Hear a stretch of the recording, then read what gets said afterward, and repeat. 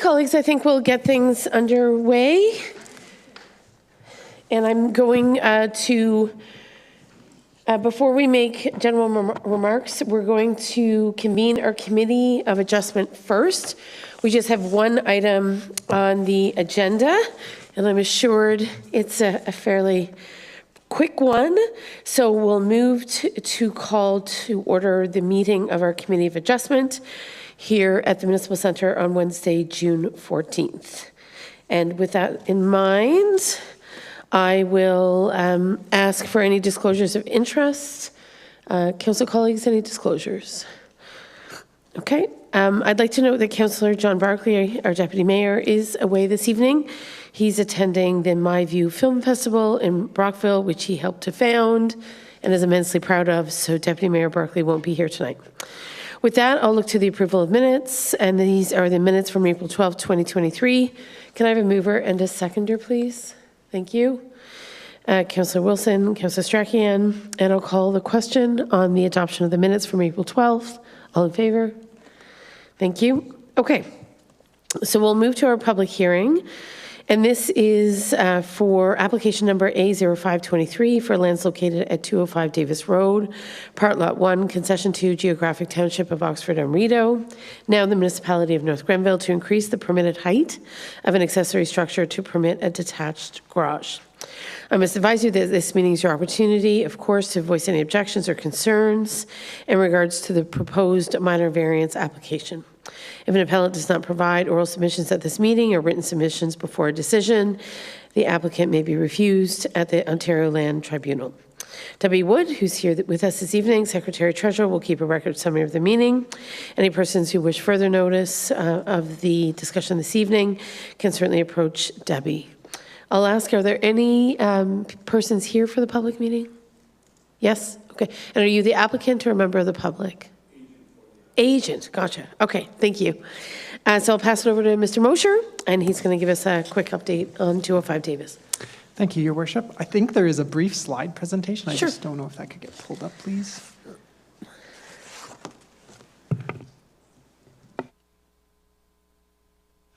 For 205 Davis.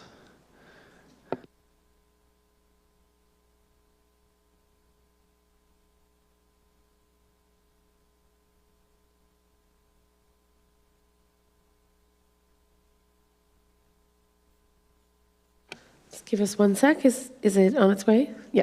Okay. Just 30 seconds. Maybe you can introduce it contextually, Mr. Mosher. Yeah, so this is an application for an accessory structure at 205 Davis Road.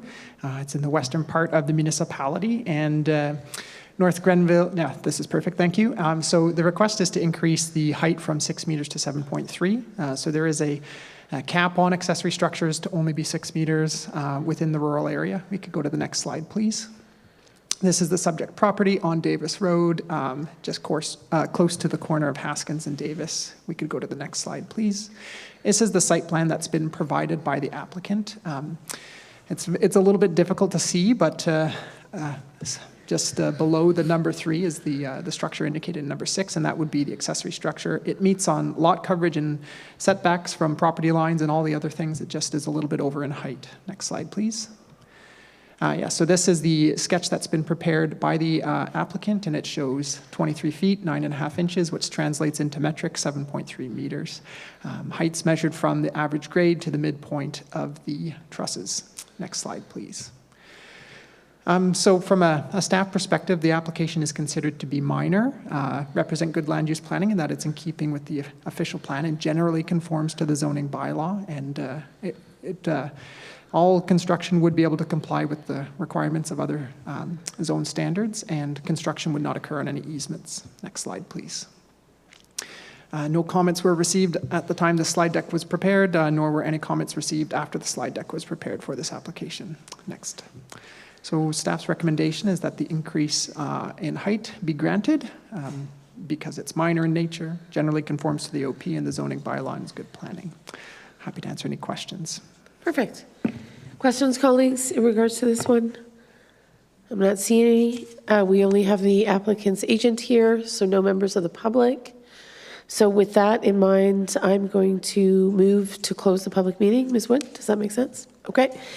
And we will now look at moving and seconding the motion.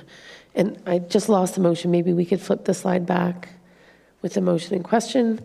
So this is the motion to increase the variance in height from 6.0 meters to 7.3 meters. Got it? Okay. So I'll ask council colleagues, mover and a seconder, please. Thank you, Councillor Wilson. I can see you today. Something has changed.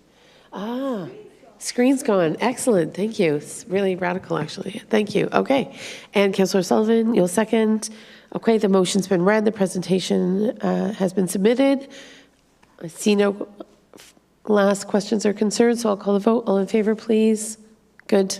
That carries. Okay. With that, we will adjourn the meeting. So the Committee of Adjustment adjourns at 6:41 p.m. You are good to your word, Mr. Mosher. Thank you very much. With that, we'll move on to our council meeting. This is council meeting number 33, Wednesday, June 14th at 6:30 p.m. Before calling the meeting to order, I, of course, want to remind everyone who's watching, listening, or in the audience that I think we remain in the number one position for participation today. So we've waffled between 1 and 2, but I think we're back in the number one position. So want to thank all the organizations, groups, schools, clubs, neighborhood associations, and others who are enabling North Grenville to have such a strong leadership position in the country, I might add. This is a national challenge. This is year number 3 for North Grenville, and if you're not aware, we secured the national title of Canada's Most Active Community in 2021, the provincial title in 2022, and we are seeking to reclaim our national title this year. With the crowning of North Grenville in 2021 as Canada's Most Active Community, we won $100,000. And this Saturday and next Tuesday, we'll be visiting 2 of the parks in our rural hamlets that were the beneficiaries of some new play structure equipment, among other things, to really keep kids and families active, and our hamlets as great places to not just live, but also to play. So we're immensely proud of the accomplishment in 2021. And we know we still have our work cut out for us halfway through the challenge. But if anyone has yet to join the challenge or has friends and colleagues or family members, it's not too late to join the challenge. You didn't have to join on June 1st. You can join midway as an individual or as a member of a group. And with the downloading of the app or the registration of yourself or a family or a club in the on the participation website, your minutes will be immediately tracked. You also can retroactively capture minutes that you may have obviously logged prior to joining the challenge. And finally, as you know, we really encourage all ages and stages to be involved in participation. So it doesn't matter if you're 2 or you're 92, all activity counts. So this is not for fitness gurus. This is for every member of our community. And I have a neighbor named Joan, and Joan walks her dog with a walker every day. And we're doing our best to make sure her minutes are captured because her activity counts just as much as anyone else's. So did I say it all? Okay, on participation. All right, so we'll call the meeting to order. Many other fabulous things happening in North Grenville, but too many to mention right now. So I'll look for a council colleague to read our land acknowledgement, please. Any volunteers this evening? Thank you, Councillor Wilson. The municipality of North Grenville acknowledges that the municipality operates on the unceded and unsurrendered territory of the Anishinaabe. We honor the historic relationship of the Haudenosaunee and Huron-Wendat peoples to this land. We recognize all First Nations, Métis, and Inuit who now call North Grenville their home. We respect and support the need for cultivating a strong relationship with all Indigenous peoples, and we look forward to continuing this conversation and fostering the path towards reconciliation. Thank you. Council colleagues, the agenda is before you this evening. Any questions or concerns, proposed amendments? If not, I'll look for a mover and a seconder. Mover and second, Councillor Sullivan. Councillor Strachan, thank you. I'll call the question. All in favor? Good. Agenda is adopted. Disclosures of interest, colleagues. Any disclosures this evening? Not seeing any. All right, we'll carry on. And I should say, before I go to our delegation this evening, we are hosting the Greek ambassador in Kemptville, Brockville, and Leeds and 1,000 Islands on Friday. The Greek ambassador is a mutual friend and colleague of someone who knows Kemptville fairly well, and we were approached about potentially hosting Her Excellency for a brief tour of the region. So she has limited time, but she will make a short stop here in Kemptville, and we're raising the flag at 9:30 a.m. on Friday, the Greek flag. Members of the Greek community, which is rather small but mighty, here in Kemptville will join us for Her Excellency's viewing of the raising of the flag before she endeavors to meet a couple of local businesses and organizations, and then she carries on to Brockville, where she will be graciously received at City Hall, and then she will proceed to the Greek Orthodox Church in Brockville for a meet and greet before ending the day in Leeds and 1,000 Islands. So just a quick note, if anyone feels like they'd like to join us for the flag raising. So with that, I will move it along. It's my pleasure to welcome Mayor Ari Hoogenboom. Mayor Hoogenboom and I have served on County Council together for 5 years. And I want to thank Mayor Hoogenboom. He's been a tireless advocate for what he's about to present on.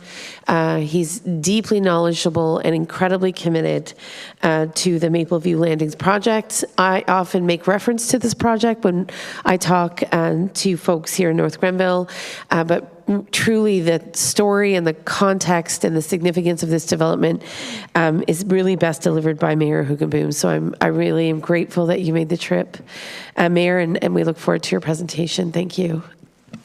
Well, thank you, Mayor Peckford. Such kind words. I'm sure I'm going to have to try to live up to those. Mayor Peckford, members of council, members of staff, and members of the general public, thank you for this opportunity to speak to you directly about a fundraising cause that I'm quite passionate about, and that is Mapleview Landings redevelopment project. Next slide, please. Of course, the existing Mapleview Lodge has a long history in our area. In 1895, it was built as a house of industry in Athens Township. And of course, in 1972, it was established as Mapleview Lodge.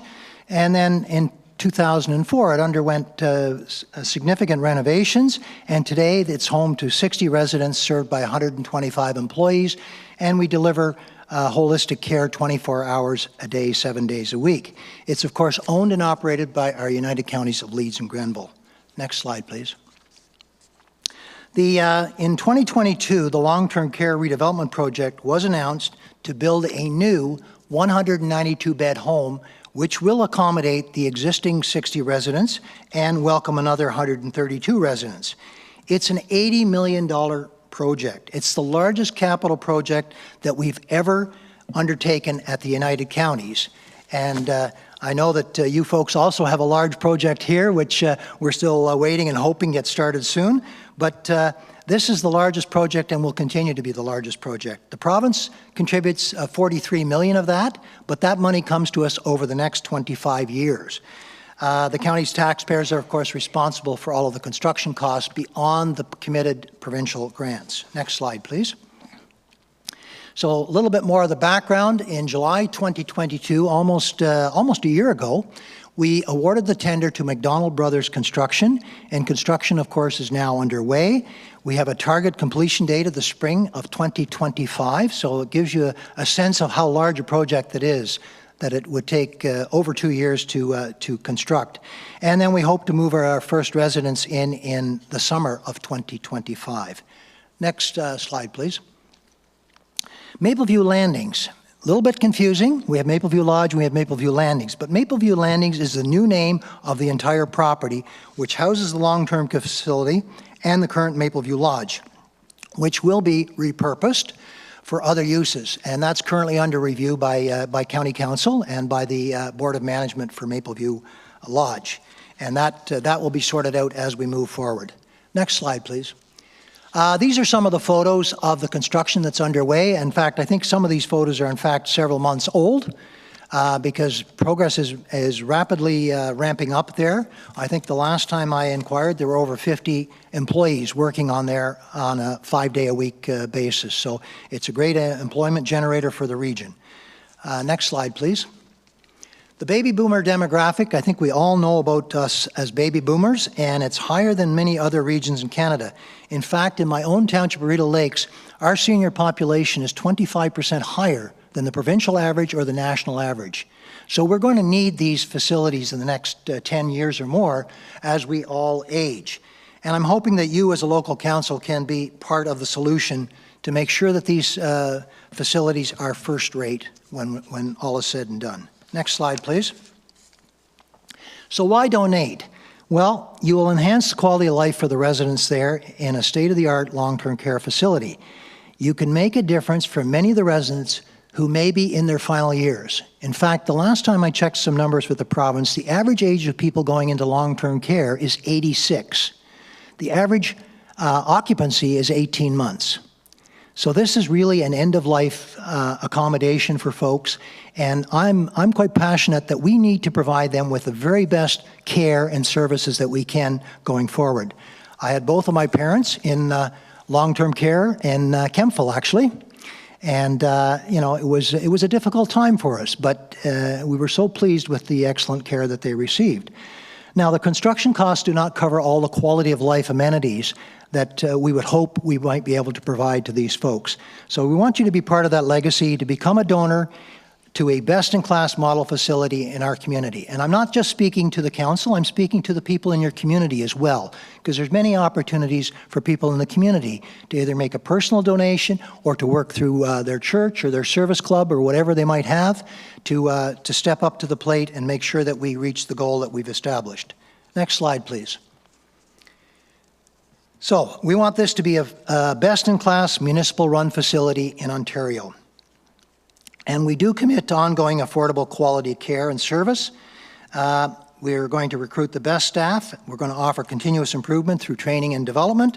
We're going to encourage inclusiveness and diversity at our facility through practicing tolerance, fairness, empathy, kindness, respect, sympathy, compassion, encouragement, and acceptance. We're going to instill and continue to instill a family environment. Mapleview Lodge is well known in the region as being a facility of choice for many people because we're so passionate about making sure that we have excellent care there. And we have a very high staff to resident ratio, and we're going to continue with a customer-centric approach. Next slide, please. This is the wonderful faces of the people that are currently on the fundraising committee, and it includes 4 former wardens of Leeds and Grenville, and the former clerk, Leslie Todd, who is my primary support person in terms of pulling some of this together as I visit all the municipalities in Leeds and Grenville. The other folks there that you may not know, Shelley Bacon is the vice chair. He is the president of Northern Cable. And of course, Kevin Tackaberry is the principal of Tackaberry Construction. Next slide, please. So our goal is $3 million. And it's a challenging goal, but it's one that we had a fair bit of discussion with the fundraising committee. We felt we needed to set a realistic number, and we figured that we would have the construction period is the primary time that we would look to raise this $3 million.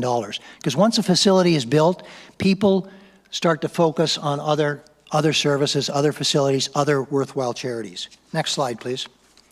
So these are just a couple of photos of some of the architectural renderings.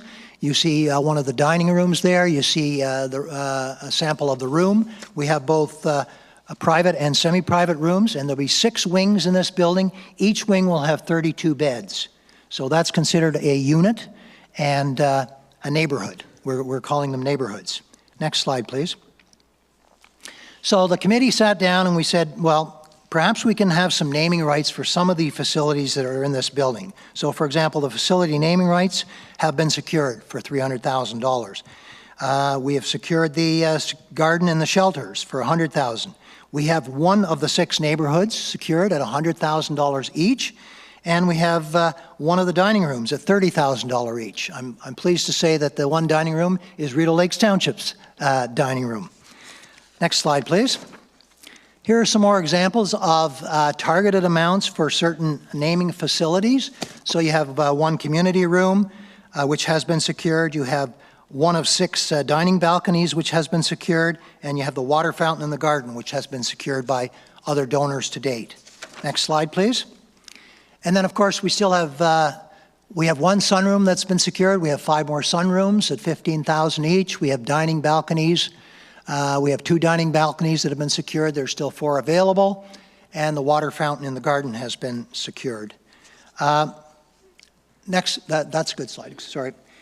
We are encouraging people to consider hosting an event in the next 2 to 3 years. Perhaps a bonspiel, a golf tournament, barbecues, a bake sale. Every little bit is going to make a difference. And that's where we would look to our churches, our community groups, our service clubs, our legions, and people of that nature that might say, you know what, we want to run a fundraiser and we're going to donate it to this particular cause. And then we're looking at community-based donations and corporate gifts of $645,000, which brings us up to our fundraising goal.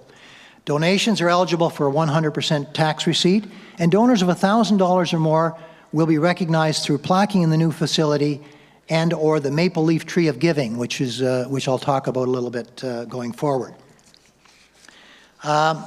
Next slide, please. So we welcome you to consider hosting a fundraising event in the community.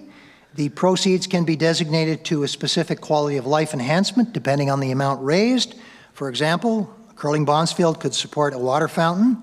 Music Festival could support the purchase of TVs for the residence rooms. We have to recognize that many of the people going in here are of very limited income, and we do want every room to have access to a TV and internet services. And a fundraising committee member, of course, would be happy to attend any events that might be organized in terms of answering questions or to make presentations such as this one. Next slide, please. So, will you consider? We are requesting the municipality of North Grenville to consider a gift that will give naming rights within the facility or to be used for any of the additional amenities not covered by the construction budget. So that could be televisions, technology, seasonal decor, furniture, equipment. I'm looking at the bottom right-hand side, the picture of a lift, for example. Normally in these facilities, you might have 1 or 2 lifts per 32 beds, which means many people would have to wait if they have a difficulty getting out of their bed to go for their meals. They have to wait their turn. I would love to see a lift in every room, you know, just because we know that most folks are going to need those kinds of services. And it makes it so much easier for the staff as well in terms of their time. Next slide, please. So the target is $1 per resident for each of the next 3 years.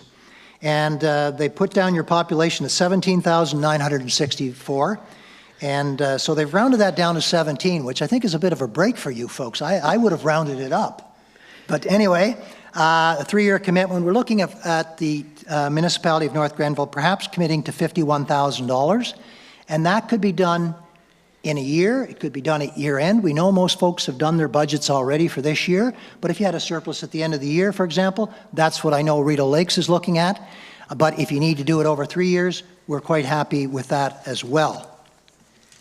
So there's a couple of examples of what the township could receive, and one of the things is if you make a decision fairly quickly, you can look at the list of those things that are still have naming possibilities and pick something out that you feel would be appropriate to recognize the contribution from North Grenville. So any of the above contributions will also receive a red leaf on the Maple Tree of Recognition for donations over $10,000. Next slide, please. So, the benefits of giving. Well, obviously this would give the residents the extras to live comfortably. Gives the staff the better tools to improve their service to the residents. It certainly would illustrate social responsibility by the municipality. And the township, of course, would receive recognition. Next slide, please. I do want to quickly mention this, although it's not necessarily applicable to the municipality, but there are donors out there with very deep pockets. And one of the possibilities is through the Pear Tree Fund, that if somebody's donating $35,000 or more, they can get a significant tax benefit for that. It's through a federal program. So, for example, if it's something like if a person gave $100,000 through this particular source, the fundraising committee would get the $100,000, and the donor would receive a tax credit for $90,000. Okay, so it's pretty significant. It's a federal program that's out there to help the mining industry, research and development in the mining industry, and startup companies. So it's one of the things that the federal government does to promote that. So I know that other organizations have used the Pear Tree Fund, and we had a presentation from them, and they've been in business something like 16 years, so it's quite a legitimate way. So if you know donors in your own community that might have a passion for this type of cause, then this is one of the ways they can do it, providing they have, of course, they have to have taxable income to be able to take advantage of it. Next slide, please. Yes, I think I've covered most of that one, so I'll go to the next one, because I know you folks are, normally you only get, you cut people off, you know, you have the mayor has this hook after 10 minutes or 15 minutes. Next slide, please. All right, the Tree of Recognition, I've mentioned that before, and I want to be clear that we appreciate every kind of contribution. It all does make a difference. You know, I have children that are doing lemonade stands and things of that nature, you know, so it's all important. So donors that do give $1,000 or more will be recognized, and the major gift givers will form the foundation or the roots of this tree that we plan to put together in the lobby.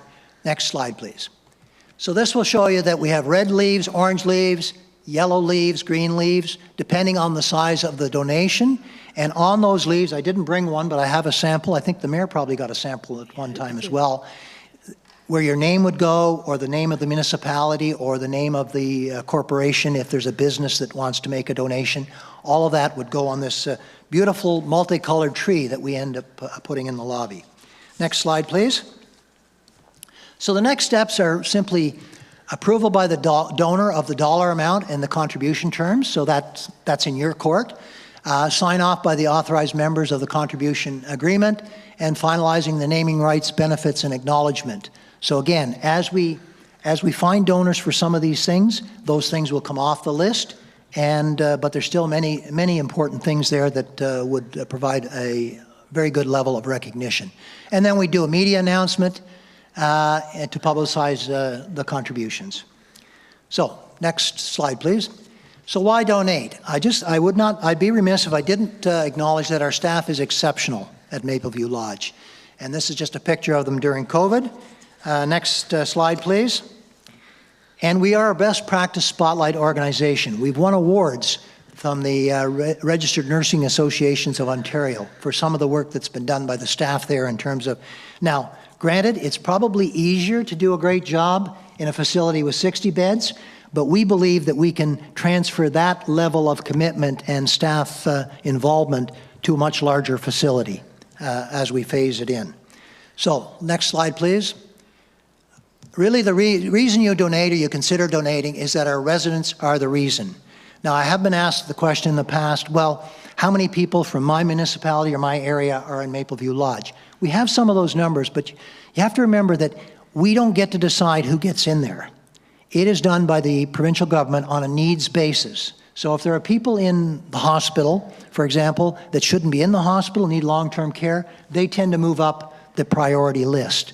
We currently have over 220 people on the waiting list, so I have no doubt that this facility will be full once we're able to get it fully staffed.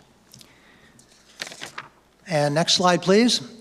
We did have a kickoff, I think now a couple of weeks ago, with to announce the $3 million goal, and we're very pleased to say that we, at that point in time, we were at about $800,000 that's been committed.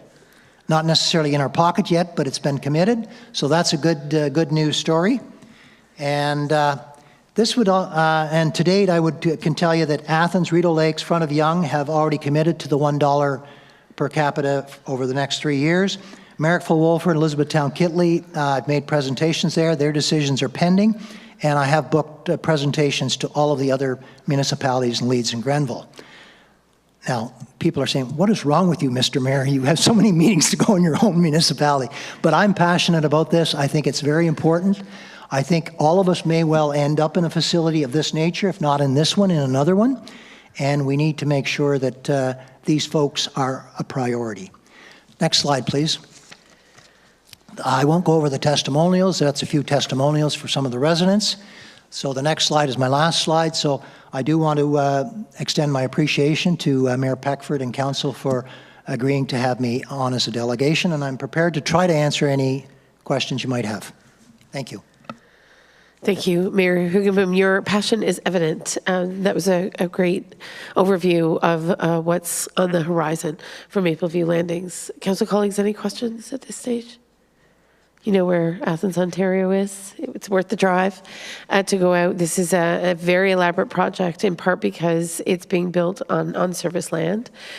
So septic beds, we talk about affordable housing and accommodating some affordable and attainable housing in rural parts of North Grenville. And as I watch this project unfold, I can see that some new technologies are being used. Nuterra is a partner, and there's a lot of innovation to build such a large facility on a large parcel of on-service land. So that in and of itself, I think, is very innovative, and I think we're quite hopeful that we can also learn some lessons moving forward about rural development, period. So I think Mayor Hoogenboom will definitely take, Councillor Sullivan, apologies, go ahead. Thank you, Madam Mayor, and through you to Mayor Hoogenboom. Can you just clarify for me the cost for residents when you mentioned that some of them do not have a lot of financial resources?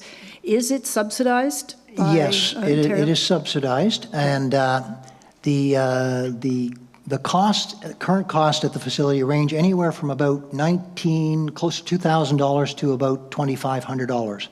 Which is much more affordable than many of the private facilities. Exactly. Now, the private facilities are great too, but on people who've perhaps worked all their lives and just have a limited pension, right. This is much more affordable, and they don't need to stress out as much about where will my $4,000 or $5,000 come from 2 right. years from now.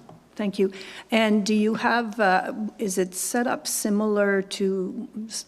I'm thinking, looking at the pictures, it looks similar to Southbridge, but even a semi-private room, would each bed have a window? That I don't know. Okay. But all rooms will have windows. Okay. I do know that. And, one of the things that I didn't mention was so many people have spoken to me, rural people, who say, I was born and raised in the rural area. I want to stay in the rural area. I don't want to be forced to go to Kingston or Ottawa or Brockville. Okay, they're from this area, and they're quite prepared to not be able to walk to the store. But many of them can't do that anyway. Right. So it's a rural facility, and we're going to give them the rural lifestyle that we're all accustomed to. Okay, thank you. And are there suites then that a couple could stay in, like a married couple who both need to be in long-term care? I would think that would be the semi-private facilities where, they'd each have a bed, but they'd be in close proximity to each other. Okay. But again, they'd both have to qualify Exactly. to be a high enough priority. I know that my mother went into Bayview first because she had MS. And then a couple of years later, my dad moved into the same facility because we were concerned about him living alone and right. falling and things of that nature. So I think most of the facilities do try to accommodate that if at all possible. And if you knew that you were going to need to be in such a facility, say within 3 years, do you take waiting lists? Can people put their name as? Yes, people can put their name on the waiting list. And as they move up to the top of the list, when their time comes, if they're not prepared to accept a room right. at that time, then they move back to the bottom. Yes, you can put yourself, but you can also put yourself on multiple waiting lists at multiple buildings. Right. So, and sometimes people do that and just wait to see what comes available. and how quickly they need it. But that's another one with the repurposing of the existing facility. One of the things that we've talked about at the county level is that these might well be converted into small apartments. So then you're already there, you're getting a certain level of care, perhaps somebody's checking on you a couple times a day, making sure you get your medication, but then when you get to the level where you can't cook a meal for yourself anymore, or whatever the case might be, then you might be able to just move across the parking lot. Right, okay, thank you very much. Good concept. And lots of discussion, as Mayor Hoogenboom has mentioned, on the repurposing of that existing building and making sure that we maximize some other housing opportunities. Not the only thing on the table, but, as Mayor Hoogenboom mentioned, it's a counties-wide facility already. All of us as taxpayers are contributing to the construction of the new facility. And it is a major preoccupation, certainly of many, many county staff. So our hope, our shared hope, I think, at the counties and within each municipality is that we reach that fairly modest $3 million goal, which, as Mayor Hoogenboom has said, would really ensure sort of equality within the experience, an equality of experience for each resident of the facility. It's really going to support some of those amenities that are not being built in as core to the project. So and thank you again, Mayor Hoogenboom, for your presentation. It's appreciated, and I know you're on the road doing so many of these, so hopefully you'll be met with a warm reception everywhere. Thank you.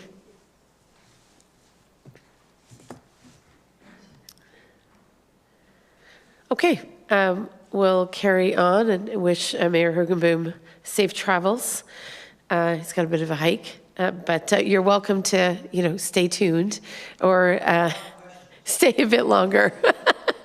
Feel free, whatever it takes. So we're going to go to items under the consent agenda. Council colleagues, as we know, any member can pull an item from the consent agenda. There is just one.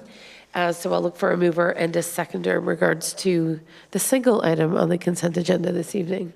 Mover, seconder, please. Councillor Wilson.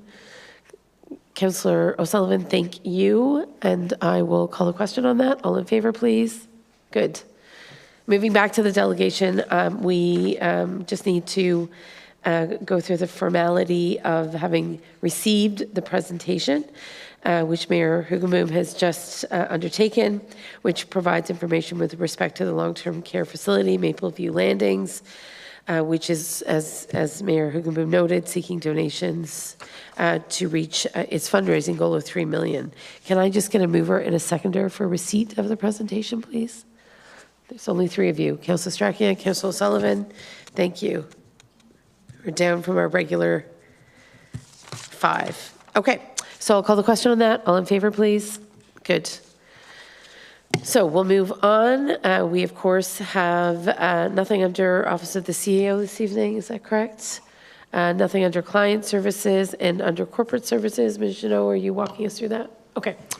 Awesome. Thank you. Thank you. Through your worship, we just have one request for a designation of municipal significance for the Canada Day event that is held by KDCA. So the recommendation is that council designate the KDCA Canada Day celebration as municipally significant event.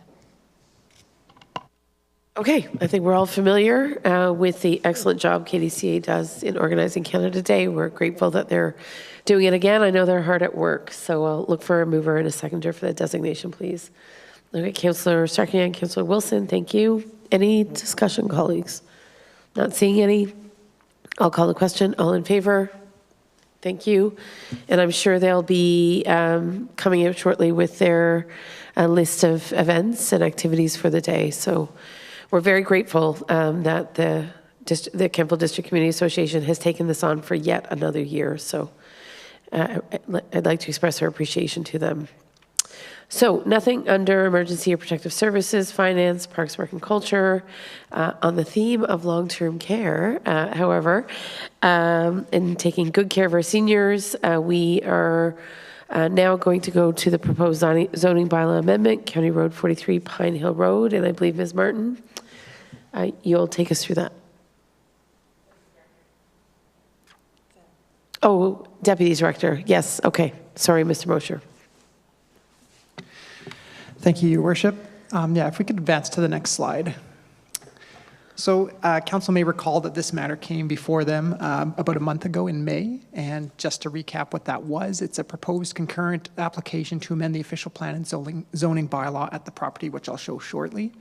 The official plan amendment would permit the site to be developed at a maximum density of 149 units per gross hectare, whereas the current maximums allow 60. And the zone change would be rezoning the property from rural to highway, commercial, institutional, and some residential, with holding symbols being recommended. So the effect of these applications would be to allow the construction of 3 mixed-use residential buildings and 1 seniors care facility, and in total 490 units would be constructed over the 4 buildings. 10% of residential units are proposed to be offered at affordable rates, would be 34 total affordable units of the residential building portion. And the seniors care facility would include 150 units for that purpose. Next slide, please. Again, the official plan amendment would shift the boundary slightly to the north, so more land would be in the residential designation and a little bit less in the highway commercial. The zone amendment would request to allow an increase in height up to 28 meters, 7 stories, allow for some shared loading, parking, and amenity spaces amongst the buildings on the site, and there was an additional request made to vary water setbacks. We can go to the next slide, please. Yeah, okay, so this is the site in context. You can see BMR to the west, the Kemptville Mall east across the road, Southbridge Home Care a little bit further east, Food Basics to the north. Next slide, please. And this is the concept that was provided. Building 1 would be a straight residential development. Building 2, a seniors facility. Buildings 3 and 4 would be, again, residential developments. So at the last time that this came before council, there was some last-minute information that was forthcoming from the developer about a request for parking reduction, and staff didn't have enough time to properly consider that, go for peer review before the public meeting happened. So at that time, staff did recommend that the application be deferred. So since the application was here last in May, we have been able to obtain a peer review as well as receive information from the developer on what the total request of the parking reduction is. So we're happy to report back on that tonight. If we could go to the next slide. So the parking reduction request this is only for buildings 1 and 2, so no change or requested at this time for buildings 3 and 4. So the first building was the 90-unit rental apartment, and the current standard would see that there'd be 161 spaces at that building. And the requested rate that would be applied instead of the 1 space per unit and the 0.25 spaces per visitor space is 0.75 and 0.10. There'd be no reduction in the commercial space, so those would be fully, parking spaces would be fully available for all the commercial uses. The net reduction would be a decline of 36, so it would be 125 total spaces for that first building. But with that, the developer is proposing that they could share parking on the building to the south. For building 2, this is the 150-unit retirement home with some ground floor space for medical health and professional services. With the current rates that are in the zone bylaw, it's 1 space for every 2 beds and 1 space for 25 meters squared of gross floor area for commercial spaces, 30 square meters for healthcare spaces. So applying that standard today, the total amount of spaces would be 119. When we did obtain the peer review from WSP, they said that it was noted by the applicant in their submission and their request for the reduction that there was an analogous site that they were referring to. So that's the Kemptville Retirement Living site, which is zone C328. So that site has a required rate of 1 space for every 4 beds, if it's a care home rate, or 1 space for every 2 beds. So the peer reviewer pointed it out as it was something that was discussed, and just to say you may want to look at this analogous site to see how that would compare and see, if that reduction worked on that site. So we did have a chance to consider that.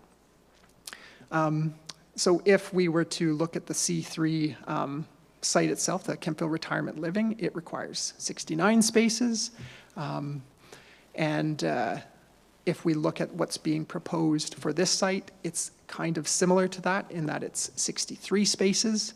Again, there'd be no, there would be a reduction in the gross floor area for medical, health, or professional services, but none for the commercial. So this is a bit more of a bigger drop, down to 63 spaces. But with the rationale that's been provided by the applicant, as well as the peer review comments, staff is confident to recommend approval of this development with the requested parking reduction. If we could go to the next slide, please. So these are some of the comments that came up from the peer review, and some of the mitigating factors. So yes, there will be a reduction in parking, but some of the mitigating factors proposed by the developer. There would be a privately provided shuttle service for residents of the apartment dwelling and of the retirement home. There would be access to a privately provided shared electric vehicle amongst the inhabitants of phases 1 and 2. And again, surface parking spaces would be able to be shared. And this is a direct quote from our peer reviewer that overall, the applicants, make a pretty good case here for the parking reductions being asked for. They do appear to be reflective of the anticipated use, and that is that generally speaking, it's folks that may not require as many vehicles for their personal use. The local provisions of similar developments are comparable, and there's a solid suite of transportation demand measures to support it. If we could go to the next slide, please. So again, this is the development in context, just one more time. Buildings 1 is the brown building at the far left, and building 2 is the pink building. Building 1, the seniors residence, and building 2, the retirement residence. If we could go to the final slide, I think. So again, with this, staff does recommend that council approves the official plan amendments and the zoning bylaw amendments to allow these changes at the site. The substantive change from the last time staff was before you is the request for reduction in parking. And again, staff is confident that that's a measure that has been vetted by qualified transportation professionals, and it's been demonstrated to staff at least that that is a sound way to approach the development at this particular site. I know that the applicant is here with his agent as well, so I'm sure he'd be able to answer questions, but that concludes this presentation, so I'm happy to answer questions if there are some. Thank you, Mr. Mosher. So just raise your hand, colleagues, if you have questions. In reflecting on Kemptville Retirement Living, having tried to park there multiple times, what I have observed, and I'm sure it's been taken into account, but I'd be curious to know your reaction, Mr. Mosher, is A, there's extremely limited parking, and B, employee parking seems to take up a lot of the available parking. So I think we can accept that residents aren't going to come in with the same parking needs necessarily, but I've noted that staff parking takes up a lot. So, you're down to 2 or 3 spaces, right, for visitor parking. We obviously hope and expect families will be visiting their loved ones on a fairly regular basis, though I know that's not the situation. So, while generally supportive, I'm just curious to know how we take into account some of those other parking needs, particularly of staff. And then I'll recognize Councillor Sullivan. Thank you for the question, Your Worship. It is a good one. I can only speak to the fact of the comparables that were provided from Kemptville Retirement, and I don't have any personal anecdotes myself for parking at the space or visiting it or anything of that nature. What I know is that the request that's been put forward had a solid basis and rationale, and then was peer reviewed by WSP, found it to be acceptable for the proposed types of uses that are going to be at the site. And again, can I just ask, because there's a high ratio of caregiver to client care, does that get taken into account, sort of the parking needs of employees of the facility? That is my understanding. Okay. So maybe if you want to speak to it, feel free, and I'll go to Councillor Sullivan as you're coming down. Okay, go ahead, Councillor Sullivan. Thank you, Madam Mayor, through you to Deputy Director Mosher. A couple of questions. One of them was going to be about staff parking. Was that considered in these numbers? And of course, the other thing is active transportation. If we have adequate facilities for active transportation, then that will help with the parking requirements, but for now, over at Southbridge, for example, the bicycle rack is way around at the back, and when I go there to visit, I always bike, unless I have to pick up my sister and take her out somewhere. So it's a problem that they, put a bike rack, but they put it where it's nowhere accessible for anybody to find. And without an assurance that there will be the multi-use path to connect this great facility to other areas of town, then people won't be able to walk or cycle safely anywhere without, so they'd have to have a car, so they'd have to be able to park. So without an assurance that we will have facilities or infrastructure for active transportation and that there's adequate staff parking, I think we need to be sure of those things before we go forward.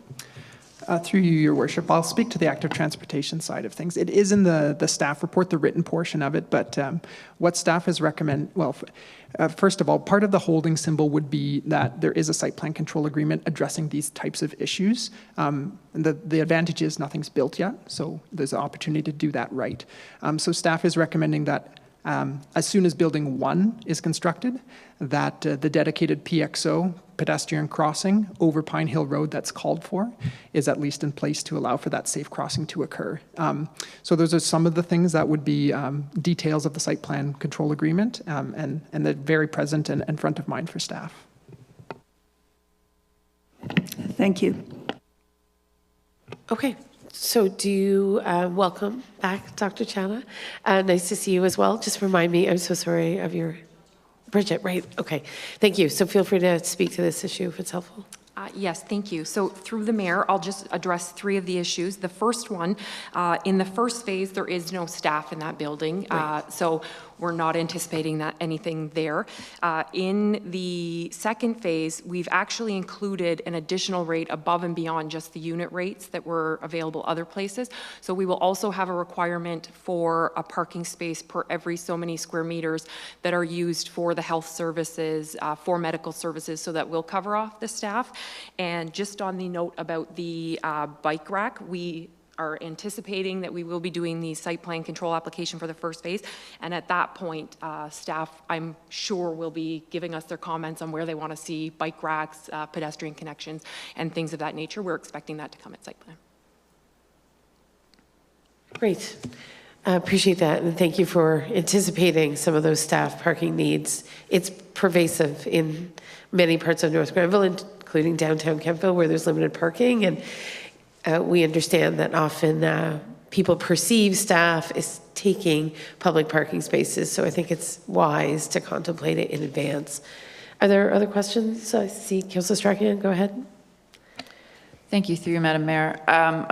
I guess one question just for clarification regarding the shuttle service. I wasn't quite clear as to where that would be used. Is it to and from the facility to other places in North Grenville, or just within the facility itself? And the second point that I'd like to make, and I think I said this last time, is unlike Southbridge and other places in North Grenville, if you run out of spots to park on the facility grounds, you can move on to on-street parking. That is not a possibility on Pine Hill Road, and I'm sure the folks at the mall would be very unhappy if people started parking there because there wasn't enough parking at the facility itself. So I think it's fair to say if there's comparables, but at the same time, I'm not sure, not quite clear, Mr. Mosier as well, if we actually received the comments back from the Kemptville living site, retirement living site, if they had any concerns about the parking that they have right now, if they would have seen more parking, if they could have, if they could do over what their parking is available. So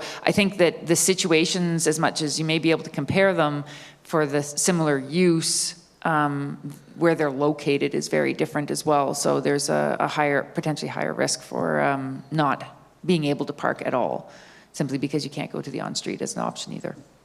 Thank you. Through the mayor, I'll speak to your second point, and then I'll allow Dr. Chada to speak to the first about the shuttle. But on the second point, we have requested as part of our amendment that we be allowed to share parking on different phases of the site. And so I think that if we build phase 1 and we notice that there are issues, it's going to be in Mr. Chada's interest to address that. So at the second phase, he could add more parking to be used by the first phase in the second. And we've accounted for that in the draft bylaw. Thank you, Councillor. Through you, Mayor. As far as the first point goes, with regards to the shuttle service, at our current residence in Perth, we have a bus actually that transports residents locally to medical appointments and also on various excursions and things like that. And we would be aiming to replicate that here in North Grenville.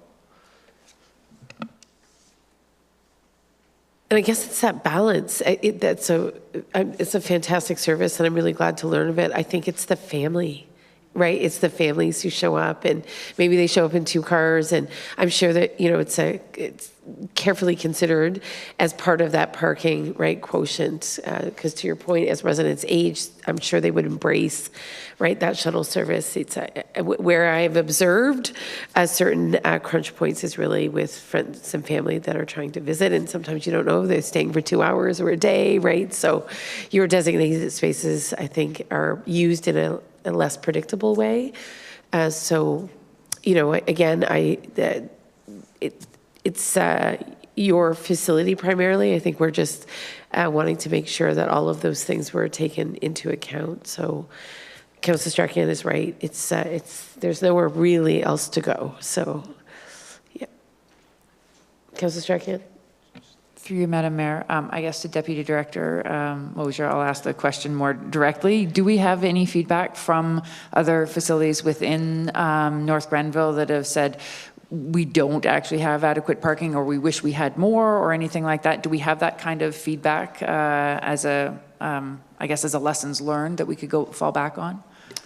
Through your worship, not that I'm aware of. I open it up to the Director of Planning, Director Martin, but to my knowledge, no, we don't have any of that.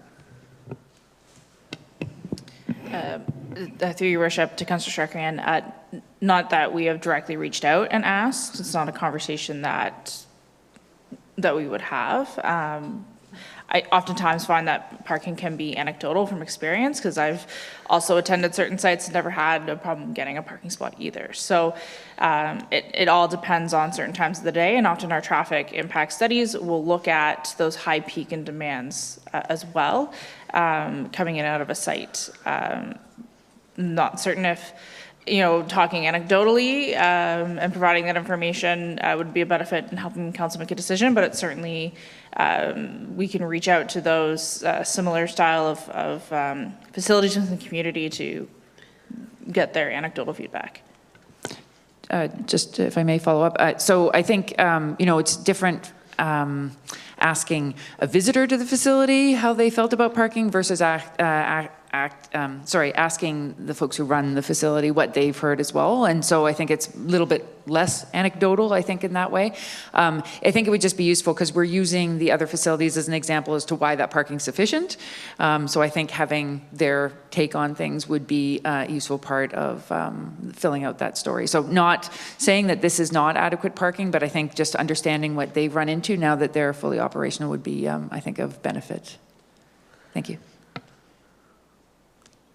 Okay, duly noted. Go ahead, Michelle. Okay, just a couple of points through the mayor. First off, we do recognize that there are differences between the 2 facilities, that they ultimately didn't end up including the care units. But we did give consideration to the existing facility in Perth, and there's only been a plus minus 10-15% uptake in parking by residents, which is quite a bit below what the resident parking would be here. So we're anticipating that the required resident or per unit parking that we're providing is going to exceed the actual parking required for the residents. So I know it's apples and oranges, the 2 facilities, but that's what we're anticipating and what Dr. Chadha is seeing at his existing facility in Perth, which is located just on the outside of town, similar situation. Good, thanks. Appreciate that. Just looking to other hands, not seeing anyone. So thank you for the mention around affordable housing and attainable units. So could you just unpack the 34 versus the 150 units in terms of, it says, and Mr. Mosher, this is your slide, 10% of residential units are proposed to be offered at affordable rates, 34 total affordable units, and the seniors care facility would include 150 units. Yeah, I'm happy to answer that, Your Worship. So we understand that the affordable units are offered for the 3 residential buildings and not being offered for the seniors care facility building. So the residential buildings, those 3 total to 340 units, 10% of which is 34. So help me, the 150 units are a different kind of unit? That's on the seniors care facility, yes. Right. Yes. Okay. And so the 34 total affordable units are specific to that first phase 1 multi-residential? No, I'm misunderstanding. No, it's the way that it's built out is there's 4 phases. The second phase is the retirement, which is it coincides with our institutional zoning. That's the 150 units that are referred to. And elsewhere on the site, there's a total, in our concept, there's a total of 340 units contemplated on phase 1, 3, and 4. And that's where the 34 units. And one of the things that we had discussed with staff, and it's part of our holding, is that when we get to our first phase of site plan, that's when we will be hammering out the details of the makeup. Yeah. The composition between the other 3 buildings, correct? Yes. Okay. And I know, certainly, given urgent needs for affordability in this community, that if we could see it as part of your phase 1, not necessarily all in phase 1, but part of phase 1, that would be something that would be of tremendous benefit to some middle to lower income residents that are having great difficulty, and we've all received the calls around this table, trying to, as a senior in the community, access an affordable unit. So I think or affordable, I'm going to say rental unit, distinct from the 150 units that would be in the seniors care facility, which is great to see. So I really appreciate that that's there. I think it's also quite valuable, but that need for independent seniors rental, if you will, is a big one in North Grenville. So, Dr. Shana?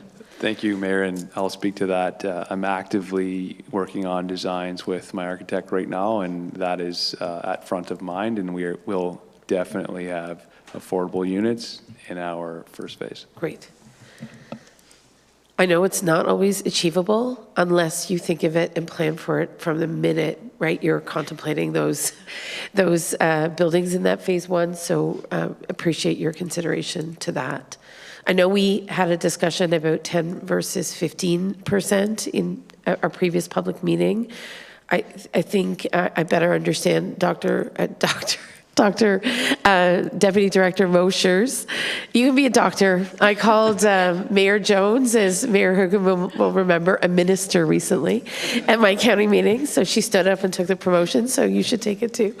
But certainly, I think I better understand from Mr. Mosher that the age-specific nature of this care facility and some of the care provided is one of the reasons, Mr. Mosher, you didn't recommend 15% in this case. It was because of the particular nature of this particular development or this specific development. So I think it's important to point that out because North Grenville, certainly around the council table, we're pretty fixated on 15%. So it's not something we're deviating from, but accepting Mr. Mosher's explanation around the value of seeing this facility come to fruition is such that we see that 10% is here, and if we can see some of those in phase 1, it will be an important development for North Grenville. So, council colleagues, anything else in regard to aspects of the application? Is there anything else you'd like to note before we close, Bridget or Dr. Chana? Okay. So then, just going back to my council notes, I think, council colleagues, you have the full motion before you in regards to approving the official plan amendment for the lands located at the corner of Pine Hill and County Road 43, Part Lot 25, Concession 3, Part 1 and 2, on Reference Plan 243, and as well as approving ZBA 1622 to rezone the subject lands from rural to highway commercial, institutional, and residential fourth density and to vary zone standards to permit the development of up to 490 residential dwellings with ground floor commercial. So I'll look for a mover and seconder if there's an appetite to do so. Councillor Sullivan, please. Seconder, please. No seconder? Okay. If there is no seconder, we cannot move the motion forward at this time. So maybe I'll refer back to you, Ms. Martin, in terms of next steps.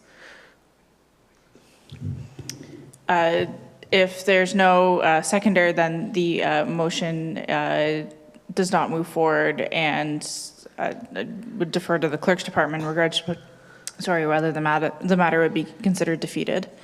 Okay, well, I'm not sure it's defeated if it's not live. So it's not live. Perhaps we'll try to get some insight on, I don't know if any council colleague wants to explain what they may need for the motion to come back another time. Councillor Strachan? Through you, Madam Mayor, I think more information regarding this parking situation. I mean, I think it's precarious. We continue to do this throughout the municipality where we set ourselves up for failure when it comes to parking. And I think having some more information from other similar facilities here, notwithstanding the comments made by both of you about how you've taken other points into consideration, that if we could have a bit more information on that. I don't think I want to defeat this. I think it's a great project. But I think more of a deferral to allow for that information to come back in, as mentioned to the Deputy and Directors of Planning. And Mr. Mosher, yes, when would it be realistic that that information come back? Yeah, so one of the options or comments from the external peer reviewer was that if council wishes, there could be some sort of specific study or like a site-specific accounting. So that's something that can happen. And I don't know the amount of time it would take, but it could come back probably to a July meeting. Okay. That is certainly the case. So then why don't we entertain a motion to defer? We don't have a motion on the table in regards to the recommendation, so we'll look to a motion to defer. Do you want to move that? Okay. And Councillor Sullivan will second that, and that's a motion to defer to July. Are we being too optimistic to say July? I know we don't typically meet in August, or not until later August. Mr. Mosher? It's difficult to say. It would depend on when staff from Right. external companies could be available to go out and do the counts. And I mean, we could also have that and the anecdotal conversations, but I think Councillor Strachan, you're looking for more than just a call to Kemptville Retirement Living. Ideally, it would be more than that, through you, Madam Mayor. Ideally, it would be more than that if we could get the counts. I mean, I suppose the question is if we say July and then we recognize at some point that it's going to take until August, we could push that out a little bit more. I mean, be optimistic and say July and go from there. Why don't we say no later than September? Or no, yes, we can, yeah, however that needs to be phrased, I guess. End Yeah. of August? Hopefully that will give you the time you need. All right, I will, do we have a seconder? Has anyone seconded our deferral? Councillor Strachan has moved it. Do we have a, oh, right, Councillor Wilson, thank you. Apologies, Councillor Wilson. Okay, so we'll say no later than the 1st of September and hopeful that we'll get it before then. I'm going to call the question. All in favor, please? Good. Thank you. All right, well, thank you for being here again. We appreciate it. So on the theme of housing, Ms. Martin, you're here for our housing report card. Thank you, Your Worship. Let's wait for the slide deck to come up. Perfect. If we can just move to the next slide, please. So just wanted to give a bit of background for council's benefit as to the creation of our annual housing report card. This is our first housing report card, and it will be published around this time each year to provide council and the community an update in regards to how the municipality is doing in regards to new housing creation. So both our affordable housing strategy and our housing strategy recommended a monitoring and an evaluation tool to gauge the municipality's success in achieving its housing targets and implementation of these two strategies. Through our building department, we do collect housing statistics with the issuance of building permits, and I will be providing some statistics to council this evening as well as the public. So this is one of the methods in how we track development within North Grenville. And as mentioned, staff are committed to providing these annual updates on how the municipality is achieving our housing targets that we establish through our policies and implementation of our strategic documents. Next slide, please. So I'll just be focusing on 2022 data. However, I did provide 4 years out, so going back to 2019, so you can see the trends of housing growth. Over the last year in 2022, there were 202 new residential units that were created. And I wanted to highlight the affordable piece because I think, in light of our many conversations around the council table about affordability, it's one of the items that we need to start tracking and better reporting back to council so we can see what impacts we're having on the development side. So in 2022, 30 units meet the definition of affordable. This includes additional residential units. So understanding that we've had quite a few conversations around this table as well about, how do we ensure that additional residential units are being affordable?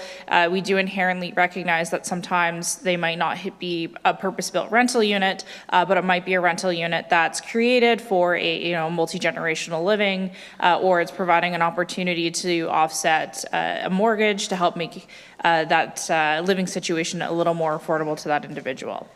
So this came out to about 15% of all new housing developments in 2022 meeting that affordable threshold. I know our official plan policy, which we updated at the end of 2021, was to endeavor to have 25% of all new development as affordable, so certainly tracking in that direction. And then from a development split, majority of our development continues to be in the urban area, but we do still have quite a bit of rural development going on. Next slide, please. Breaking down the housing typology, one thing that I wanted to point out about 2022 was this was the first year where you saw that direct shift away, not shift, but a bit of a swing where the 53%, and if you go to the next slide, of development was in a form other than a single detached dwelling. So we're certainly starting to see other types of housing forms becoming the more predominant style, particularly the townhouse dwelling units, of which there were 91 units created last year. And certainly it's a trend that we're continuing to see on, especially with the new plans of subdivision and draft plans of subdivision coming forward in the urban area. There's a good mix mostly of singles and townhouse units, not so much on the semi-detached. It used to be the reverse where we'd have more semi-detached than townhouses. But again, we're starting to see those townhouse dwellings make up a good share of the housing typologies in North Grenville. If we'll go to the next slide, please. Taking some information from MPAC and from our previous studies, I don't think it's a surprise to anyone around this council table that our average resale value of homes has increased. Certainly the pandemic created the condition and significantly increased those home values as homes became in demand and people are looking to buy up houses. In North Grenville, being close to the city of Ottawa, it provides unique opportunities for individuals to be able to commute in and the working from home reality, which, and thank you to Director Genoa from our CDAC meeting, had provided that 31% of residents in North Grenville work from home. So certainly we're seeing more, a higher trend of people being able to stay home and work and making it more, attractive to move to North Grenville, but still having access to the city to access office work. Next slide, please. So not having average market rents provided by the province, I thought it was beneficial to provide council with what CMHC's average market rents are, with the caveat that there are developers in our community who are seeking funding through CMHC, and so these are the thresholds that are established by CMHC. Can I ask, are these Canada-wide? I'm sorry to... Yep. But if you could just provide context for these numbers. Yes, thank you, Your Worship. So these numbers are, so North Grenville is grouped into the Ottawa area, specifically more of the western part, which includes parts of Canada and Barrhaven. So that's where the numbers are taken from. So it's not specifically a Canada-wide number. It's grouping us in with more so what I would consider the west end of Ottawa as to how they come up with those numbers. When we start to think about like comparable regional markets, we are very much so influenced by the Barrhaven and West Ottawa markets for sure. So as you can see, a one-bedroom average market rent in North Grenville for the purposes of CMHC for last year was $1,623. Next slide, please. So I wanted to highlight some of the efforts that we're making in our affordable housing strategy. It was adopted in January of 2021, and we've implemented 16 of the 31 recommendations, so 50%. In the past year, some of the items that I wanted to highlight was the establishment of the Housing Advisory Committee, which Council established this year, and we held the first meeting a few weeks ago. Really excited to see where that committee goes and some of the recommendations they bring forth. We can continue to do zoning reform on our zoning performance standards, and there'll be more to come on that. Just trying to better create the conditions for more, promoting that affordable housing piece, and this housing report card as that monitoring item. So certainly seeing some traction on ensuring that we're keeping track of not just the implementation of our strategies, but how are we doing on the affordable housing creation end of things.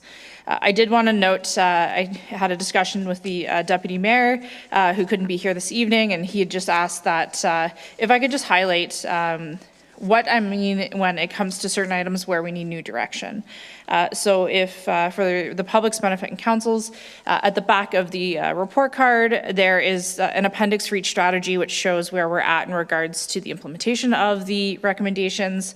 And I wanted to note that in regards to policies in relations to highway density, medium-rise residential uses within our official plan, identified that new direction was needed on this. And this is in light to the changes that are coming through the provincial planning statement through Bill 97 with the province, which may lend itself to further supporting, but interested to see where those policy changes go in the future and how we can incorporate that into that recommendation.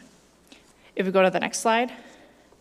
So in regards to the housing strategy, I apologize for the typo. It was October 2022. We are not in October 2023 yet. We're not time travelers. We did adopt the strategy. The council adopted the strategy in October of last year. We've implemented 6 of those 30 recommendations. And again, there's some repetitiveness between the affordable housing strategy and the housing strategy. Some of our more recent highlights include the establishment of the Housing Advisory Committee, this report card. We've been really looking at how we streamline our processes. So part of that came through some of the more recent Planning Act changes that the province has made. And then we continue to do our best to prioritize projects for affordable housing and rental housing projects, just understanding that that's based on the needs assessment through the housing strategy. Those are some items that are in need within the community, and ensuring that we're providing the conditions to support those as they come forward. And then in regards to the housing strategy on the new direction piece, it had to do, one of the recommendations had to do with working with the United Counties to advocate to the province in regards to streamlining processes with the conservation authorities. Bill 23, I think, had that effect. So we'll be looking at new ways in how we can work within the new framework that the province has put forth with the changes to the Conservation Authorities Act. If we go to the next slide, please. 2 projects in 2022 that are important to highlight, and they do carry over into 2023, was the start of the Habitat for Humanity project on Concession Road. So the creation of 15 affordable units through the townhouse and stacked townhouse development just across from the hospital. It's important to note that the municipality did donate the land to Habitat for Humanity to continue their project, as well as the Courthouse Apartments, which is a project that the municipality is working on with the United Counties to create 10 supportive housing units at 15 Water Street in downtown Kemptville, which is right adjacent to the library. So we're providing some much needed housing in what is quite a strategic area in the downtown. Next slide, please. So one of the features in the report is as what I call County's Corner. We work with our county counterparts quite closely, and I'm very proud of the relationship that our planning staff have built with the county staff on trying to bring forth discussions on housing, supportive housing, and affordable housing. So I did ask Carolyn Ragudo, who attended council a couple of planning meetings ago, so I think it's about 2 months ago, where she provided just a bit of an update on some of the affordable housing efforts at the county level. So she provided that they created the affordable housing coordinator position, which is her position. They have the secondary suite capital funding program. They're working on identifying and creating an inventory of surplus lands that could be used for affordable housing. There's an education piece when it comes to finding funding, looking at partnerships with member and partner municipalities to continue our dialogue on affordable housing. Development, they're working on the development of a common definition of affordable, and something I'm really excited about is the Leeds and Grenville Affordable Housing Summit, which both Caroline and I are spearheading, and it will be held here at the Municipal Center on September 29th. So certainly looking forward to seeing members of the community who are interested in housing and are passionate about housing on that day, and more information will come later in regards to a set agenda for that day. Next slide, please.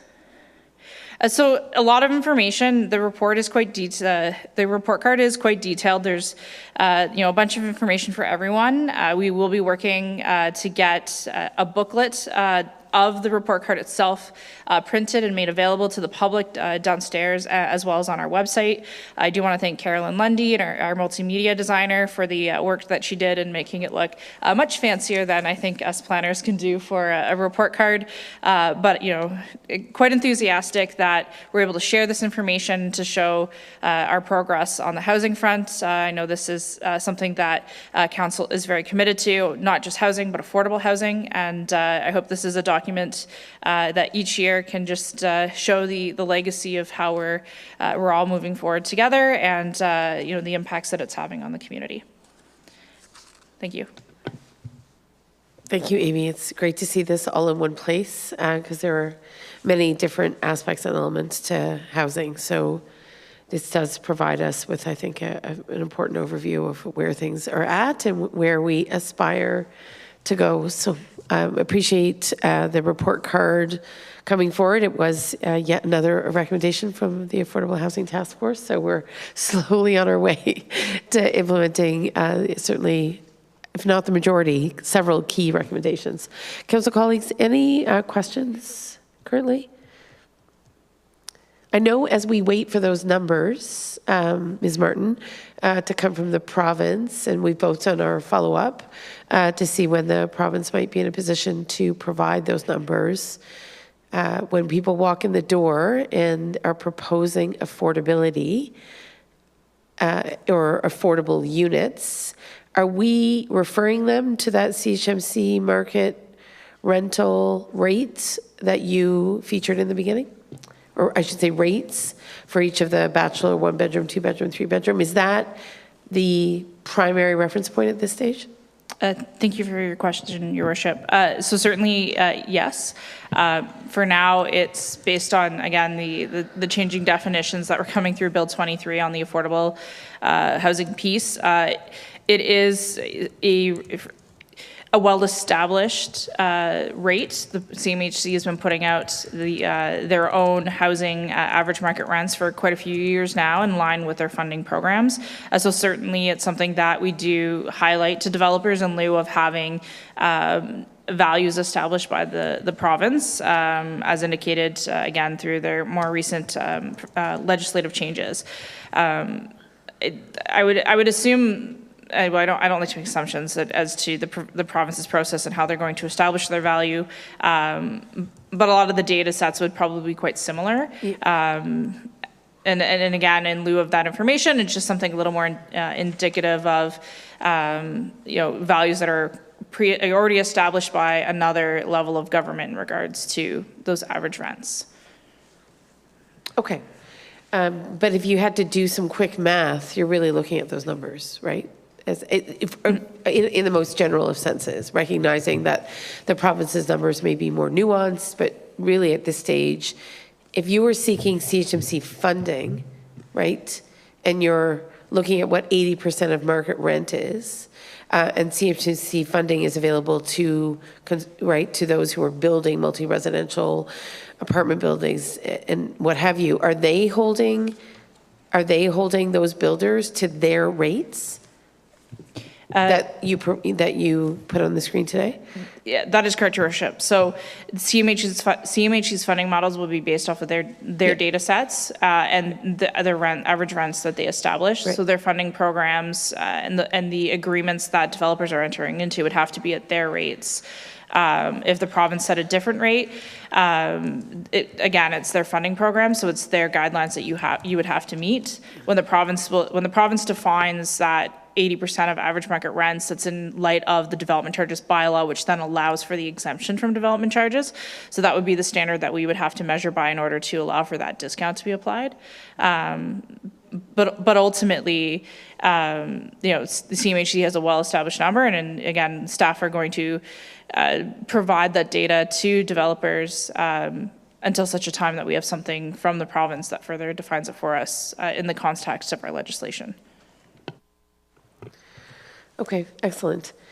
I know another thing that we've been talking about is potentially in the long term, the establishment of a not-for-profit housing corporation or another way to create partnerships with the faith community, with other highly motivated organizations who are committed to and potentially could, rally some resources, sweat equity, et cetera, to build some affordable homes, whether they're tiny homes or what have you. Has that been contemplated moving into the future? Can you see that on the horizon as a possibility? Thank you, Your Worship. Certainly that would be something that would have to be directed by council in regards to setting up such a not-for-profit corporation in regards to housing. Certainly it could be a topic of discussion for the Housing Committee to provide recommendations through to explore. And would certainly be something that staff if we should be directed by council, could do some reporting back on as well as to what would be required. Okay, excellent. I just have one more question. In terms of tiny homes, right, we've navigated, I know you mentioned it a little bit, but lots of curiosity about tiny homes, but we haven't had necessarily a clarity or it's not always obvious that the path is clear in terms of you have, a particular lot. Yes, it technically can possibly accommodate a tiny home, but there are many other variables at play. I know we've discussed how we might be able to streamline or look very specifically at tiny homes as a more inclusive, or easy way to build an additional dwelling unit. Is there anything that you can tell us about sort of how we can support residents in navigating their tiny home journey? I recognize that some tiny homes cost $250,000, and I had someone in my office 3 days ago who said they can do it for $35,000, right? So, and again, it sort of depends on what you're building, et cetera, but I just wanted to flag it in the context of this discussion because I know there's been some back and forth with residents. Yes, thank you, Your Worship. So I always like to start with my biggest piece of advice is that the planning department is always here to answer questions and review your development proposals. And I would encourage residents who are interested in establishing an additional residential unit on their property, whether it be above an existing accessory structure like a garage or in a standalone tiny home, to reach out and have those conversations. And we're able to look at your lot fabric and what's there and provide some direction and guidance as to how you can move through the process and help you do some of that early evaluation in regards to do you fit with our zoning requirements? Are there any other things that we need to consider? Who else do we need to talk to? If you're in the rural area, you're going to be involving septic, so you're going to have to talk to the Conservation Authority, who is our septic provider. Certainly in regards to the additional residential units and tiny homes, it will depend on what you're doing. If you're purchasing a prefabricated, there might be some additional costs versus building it within your own backyard. Certainly we have certain minimum building code requirements that you would have to meet. And there's certain things that we're looking at and exploring, including having some pre-approved design drawings that people could pick up to at least save the cost of that aspect. And as well working on some more educational information and building permit process information to help make the process smoother. But again, my biggest piece of advice is please don't hesitate to reach out. We have planning at northgranville.on.ca. You'll get one of three of us in the planning department, and we're always happy to discuss your proposals. I guess my last question is, on this note, is there one path for building a tiny home? If you're rural, if you're urban, if you're on service land, have you seen a municipality that kind of looks at tiny homes in a different way than they would any other sort of building per se? Because tiny homes are obviously intended to meet a particular purpose. And I know by virtue of the various zones we have and the myriad of considerations, my worry is that we may be, by virtue of our own zoning regulations, disincentivizing people. It's not easy, is what I'm hearing, to get to that final stage of actually building the home. So I just wondered, Ms. Martin, have you seen municipalities sort of just set a different stage, if you will, in terms of the planning landscape for tiny homes? Is that something that has emerged in the research or, conversations you've had with other planners? Thank you, Your Worship. So in regards to just creating the conditions and what other municipalities have done is that it's the as of right zoning, right? It's an as of right use in the residential zone and the rural zone and in the agricultural zone where there's an existing house. We've created those conditions for it. We do have some policies that tie it to servicing. I think sometimes in the rural area that's where you run up against some of the frustrations is that it is rural servicing and tying in there's a cost or an additional septic. Nothing that I've come across from a unique perspective, and other that in certain jurisdictions they have those pre-approved building plans that anyone can just pick up and apply for a permit. With there's some additional information you'd have to provide, but it makes that process a little quicker, and that you're not having to go out and get a designer to design it for you. But the municipality has taken a lot of stride on the zoning side to ensure that additional residential unit in an accessory structure is an as of right use. We removed minimum floor area requirements. We've really worked to create those conditions. They're allowed to have some reduced setbacks. I would be more curious if there's a resident who's had some frustrations just to meet one-on-one to maybe understand some more site context, because oftentimes that'll come into play, especially when you start to have smaller urban lots within, especially pre-existing areas where you're running into issues potentially with lot coverage. So you're just being mindful too, because we have to ensure that we're not creating conditions where we're negatively impacting grading and drainage and stormwater as well. So I would say that the municipality's taken a lot of strides on the zoning side to make sure that it is as of right and providing some guidance and rules around. I think what we could do better is providing more education as to what that is and providing the public with what are the tools that they need to succeed. And oftentimes, it's people often say to me, it's like, oh, I didn't even know, what the planning department was until I received a letter in the mail that there's a development application happening next to me, or they have a question, and the general line puts them upstairs to us. So certainly we'll be doing more on the education front to let people know what the zoning rules are and what changes that the municipality has made to create the conditions to support those additional residential units, whether it's in an existing house or in a standalone structure.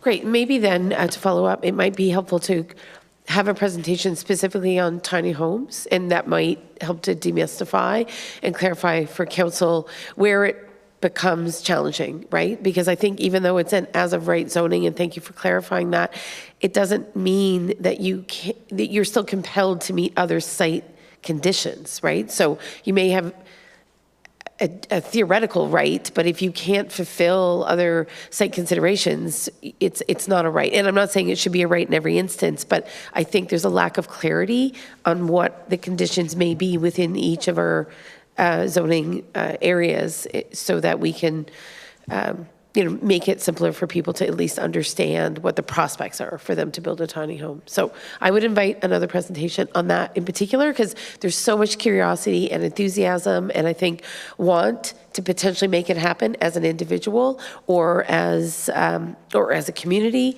And I'd love to just benefit from more of your planning insight alongside Mr. Mosher's. Okay, thank you. So I think with that in mind, council colleagues, we're receiving a presentation. Is that right? Yes, thank you. All right, so this is the Housing Report Card 2022 for information purposes. I'll look for a mover and a seconder. Thank you. Thank you. Councillor Wilson and I want to say Councillor Barclay, which is not accurate. Councillor Strachan. Okay. So I'll call the question on that. All in favor? Good, thank you. All right, so are we good to carry through the agenda, or do we need a bit of break? Well, then let's take 5 minutes. We'll take 5.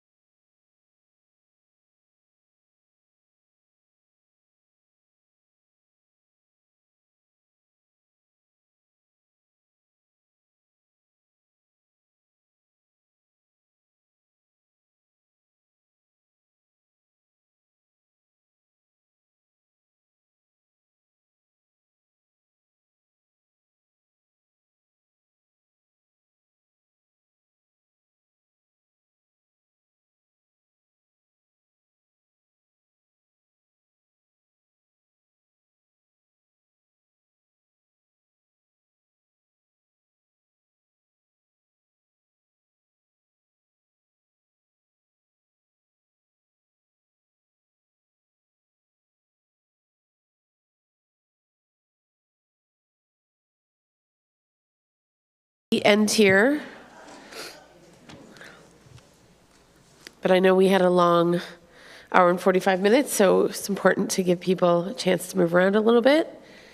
So we're just through the housing report card. Ms. Martin has promised me a report on tiny homes with a lot of detail, hopefully for July. Hopefully we can do that in July. So we'll move on. I'll go to Ms. Dunlop. Anything on the Public Works front that we need to know? The only thing that I would raise, Madam Mayor, in regards to Public Works is that we are currently doing our surface treating program.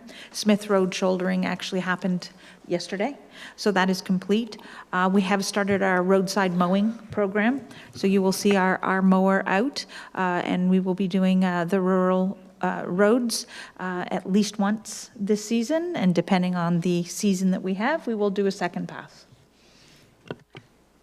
I know that we're also expecting some new delineators on County Road 19 to create a little more pedestrian safety, because of course we are waiting for County Road 43 before we add more multi-use pathways to that area. Can you just tell us when you expect those to be installed? Certainly, Your Worship. So the United Counties of Leeds and Grenville have prepared the area for us. They have done their shouldering as well as laying some stone dust down, which is conducive to pedestrian traffic. Within the next couple weeks, we will get the delineators on the east side of County Road 19 from Ryan's Well to the entrance, the pedestrian entrance to Starbucks. So it will allow you to more safely traverse between Colonnade and the Kevlar properties where Starbucks and other businesses are. That is correct, Your Worship. And as an addition, we are considering the connection between the two commercial developments, and a report will be rising within the next couple months in regards to the path forward. We are doing an assessment on 3 different options, and once the appropriate option is picked, we will have all the partners get back together, and then we'll rise jointly as a report to council. Great. I know it's been a long-standing issue. So we'll move on. No correspondence to note this evening. Council colleagues, other business? Seeing nothing, so we'll move on. We have Councillor O'Sullivan's what was a notice of motion, and I think that's coming back for council's consideration, and that is that council directs staff to review bylaw 6114 to consider the inclusion of cats in the running at large section.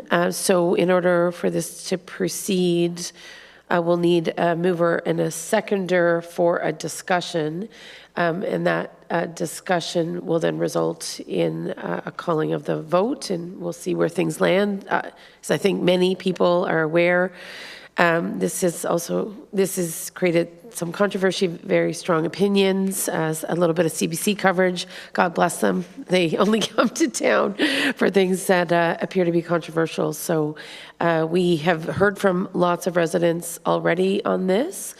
But the motion as crafted is in regards to the bylaw that would regulate, or that does currently regulate dogs. So I'll look to a mover. I assume it's you, Councillor O'Sullivan, is that correct? And then I'll look for a seconder in regards to getting the motion on the table. Councillor Strakian, you'll second. All right, so the motion is live, and I will take some hands for a discussion. I'm aware that there are those who would like to weigh into the debate. Go ahead, Councillor Sullivan. Thank you, Madam Mayor, and thank you, Councillor Strakian, for seconding this motion for discussion. It's clearly something that there's been a lot of interest in. And I need to clarify a couple of things because I've been accused of not being transparent, and I don't know what's not transparent. But I am not proposing that we round up and kill all cats that are running at large. I'm not looking for a cat fight here. I believe that by the time we've finished with discussions, we may be amending that motion to clarify a little more about the inclusion of cats in that section. I have no political agenda. I used to have a cat, but it died of feline leukemia, unfortunately, and then I also discovered that I was allergic to it. So, And I have no conflict of interest in this debate. And this motion is to amend the bylaw to address some issues because the bylaw was crafted in 2014, so it's almost 9 years old. And it's really about being a good neighbor and being a responsible cat owner. So I'm suggesting amendments to our existing bylaw, probably similar to what the City of Ottawa has, and that we will consider the safety and the needs of cats, as well as the rights of private property owners. I've reviewed some other bylaws in the City of Ottawa and in Lanark, and I think Smith Falls, there's been a number of them. And I've received a lot of email, and I'm taking all the comments that I receive into consideration for sure. Of the 14 emails that I've received, at least 10 of them have been positive. A few absolutely opposed to to including cats in running at large, and some of them have expressed concerns on both sides. So I'm listening to everything. It's clearly an item of interest to a lot of people. So I'm suggesting that when you look at the bylaw as it exists, 6114, there are a lot of definitions of cats, dogs, livestock, etc. But under running at large, it only refers to dogs. And the impoundment, I think we do have a big gap in an official and appropriate impoundment here in North Grenville, and that needs to be looked at, as well as how we can help reduce the overpopulation of stray cats. But I'm referring really to domestic cats in residential areas. I'm not talking about barn cats and cats that are out on large properties. The stoop and scoop section of the bylaw only refers to dogs, and even it mentions that every owner of a dog shall remove from his or her premises in a timely manner feces left by such dog so as not to disturb the enjoyment, comfort, convenience of any person in the vicinity of the premises. So you can't even leave dog poop on your own lawn if it's going to upset your neighbor. And yet you can let your cat go and poop in your neighbor's flower bed. So I don't really understand how that can be an appropriate way to be a good neighbor. It also refers to pigeons in here.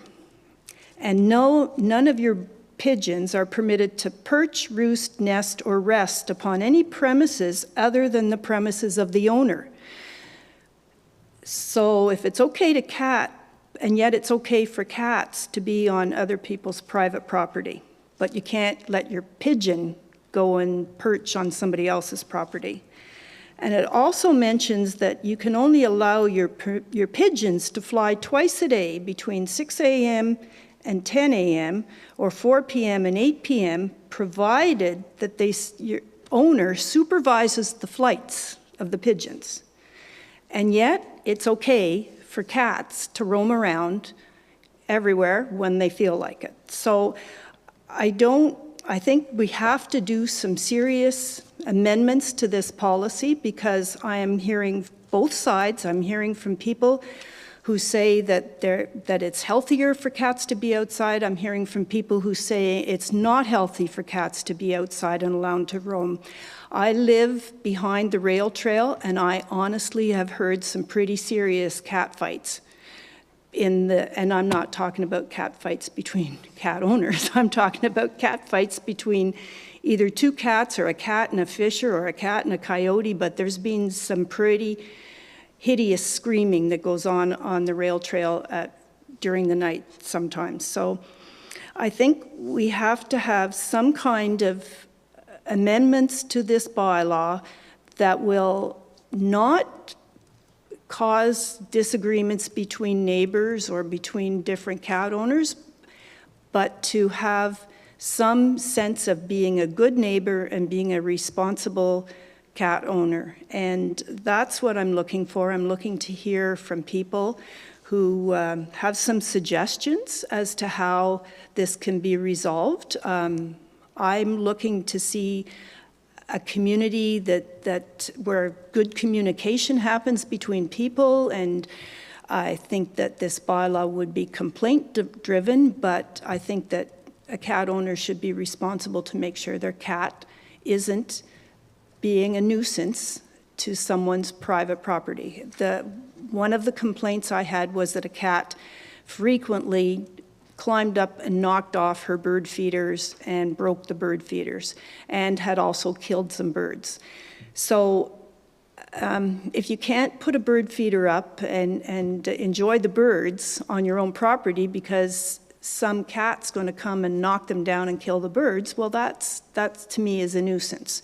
So we need to come up with a solution and an amendment to this policy that will allow people to enjoy their cats, and that people who don't own cats and don't want them on their property will be able to enjoy their property without that nuisance. So I'm looking for people to come up with solutions and suggestions as to how we can amend this policy. But if you're not allowed to let your livestock run at large on the municipal property or on your neighbor's property, you're not allowed to let your dog run at large, you're not allowed to let your pigeons go at large, unsupervised. You are also on section 57, not allowed to let your rabbits go at large. And you have to do something to prevent the escape of a rabbit, and all lands and premises where the rabbits are kept must be kept in a sanitary condition at all times, and all waste material disposed of in a manner that will not create a public nuisance or a health hazard. And yet, it's okay for cats to go and dig in sandboxes or go to Riverside Park where kids play in the sand. So we can't have it both ways. Cats are unique creatures, for sure. There's a big difference between a cat and a dog. There's a big difference between a domestic cat and a feral cat. But they're not above being included in this bylaw. And people have a right to enjoy their property without having cats become a nuisance in their property. So I welcome comments, and we'll hear them, and I think we'll amend probably the proposed so that there is some sort of an agreement come, but we need to have something. And the City of Ottawa bylaw says that your cat is allowed to run free, but your cat's not allowed to be on private property. So anyway, I would look for someone to offer any specific amendment to that, to both help out people to be responsible cat owners and good neighbors at the same time. So why don't we leave it there? I'll invite comments from council colleagues. I'll put myself on the list, but I'll defer to others first. Councillor Strachan. Thank you, Councillor O'Sullivan. I seconded this notice of motion so that we could have the discussion, not necessarily declaring that I'm in favor of the motion as it stands right now. So I think that there's a few points here. As you mentioned, there's lots of interest generated from this topic. I think it's been one of the most active topic of late from residents as far as getting emails and difference of opinions, and it tends to be very binary. And certainly not all in favor. So of the notice of motion as it stands right now, and for many different reasons, lived experience, folks that are concerned about unintended consequences like the need to euthanize many cats because they are impounded and no owner is found and so on, and that there are concerns on that side of things. And so I think that, when we're talking bylaws, everything needs to be enforceable, right? If you create a bylaw that you can't possibly enforce, then it's not really worth the paper that it's written on. And so I know that our bylaw staff will certainly be considering that in any conversations that they have if it gets to that point. Some of the points that came up as a result of the emails from residents and in my own research were, conversations surrounding TNR, so the Trap, Neuter, Release organizations, consultations with folks that work within the SPCA, in these organizations that deal with cats that are ultimately unwanted in one way or another. They're chronically underfunded and understaffed, and these, if you go down a path of wanting to trap all cats that are found off of private property, then you're putting pressures on those kinds of organizations. And we're not, we don't actually have those organizations within our municipality either. So it's a sort of, I think there's a lot of conversation that can be had just on those topics alone. Our current bylaw, 6114, which is the Animals Care and Control bylaw, doesn't allow for any trapping of cats that are a nuisance, and not just any cat that happens to be at large, but nuisance cats. So, there's perhaps room within the bylaw to entertain what could be done there in very specific circumstances.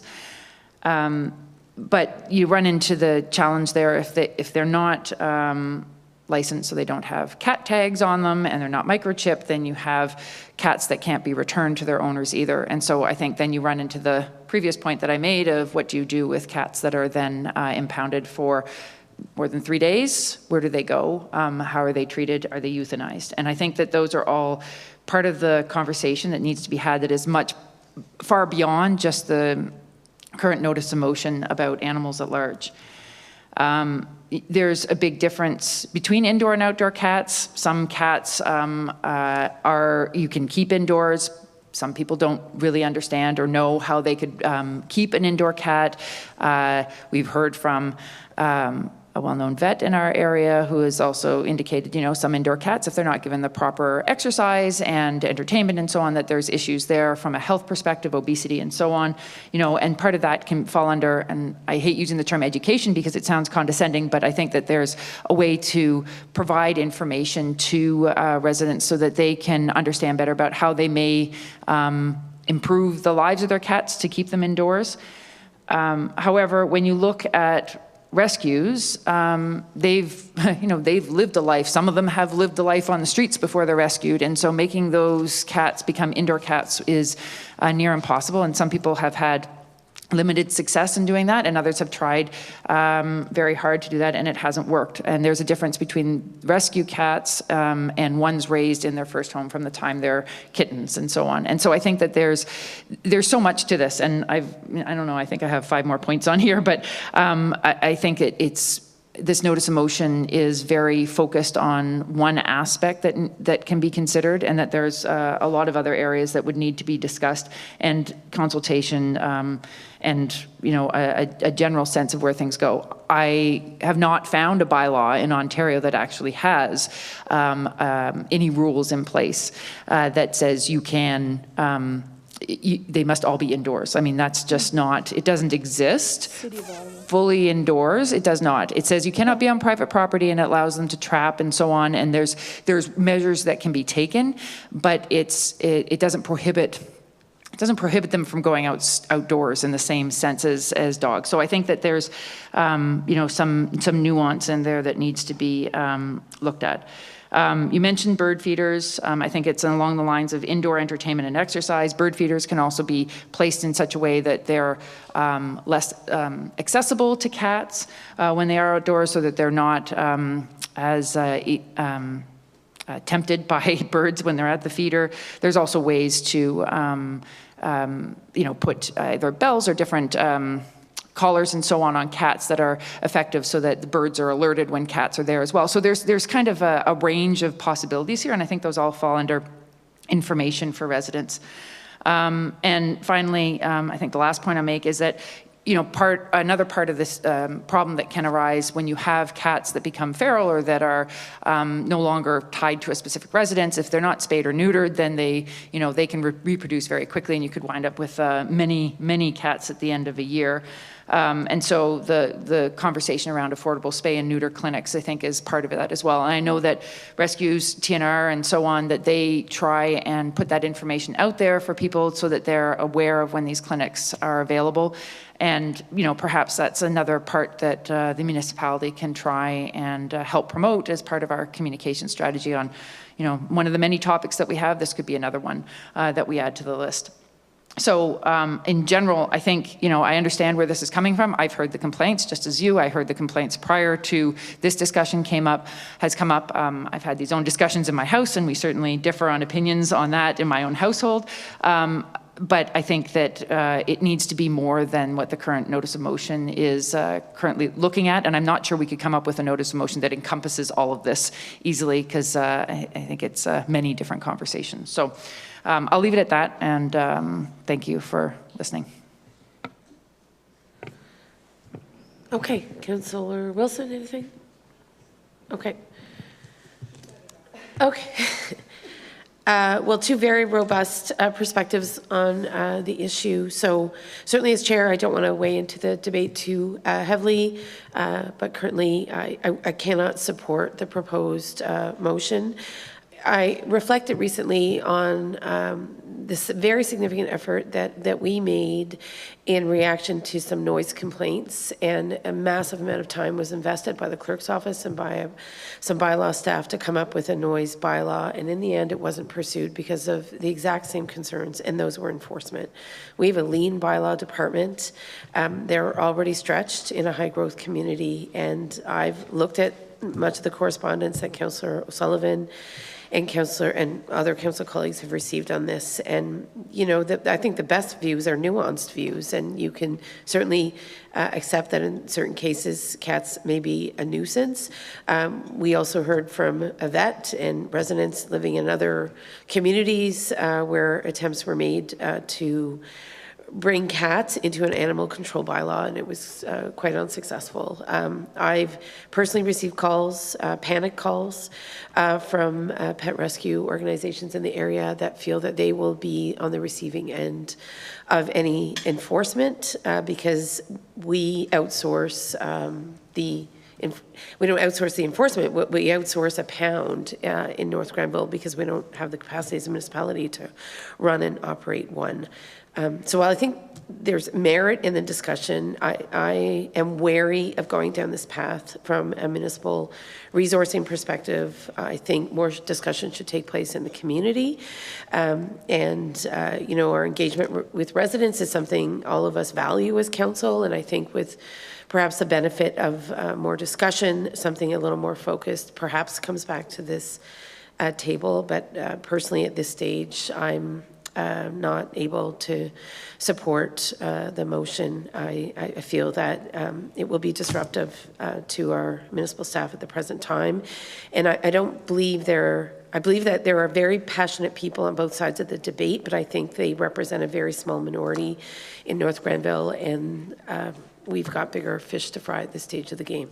That being said, I think conversation is always valuable, and maybe with a little sober second thought, we could get to a place later in the year where something more precise comes back for our consideration. But I am not inclined to burden our municipal staff with this proposition at the present time. So the motion is on the table, and I'm going to call the question unless anyone else wants to speak. Can we hear from anyone in the public who has any comments? Certainly, we could. This isn't a public meeting, but certainly we've indulged other residents. It's not a public meeting. I'm sure that I don't think we have everyone in the room who would necessarily represent all of the nuanced and sophisticated feedback we've received. But if there's anyone who wishes to speak, I'll invite them to do so now. 2 people? You'll have to come down to the mic.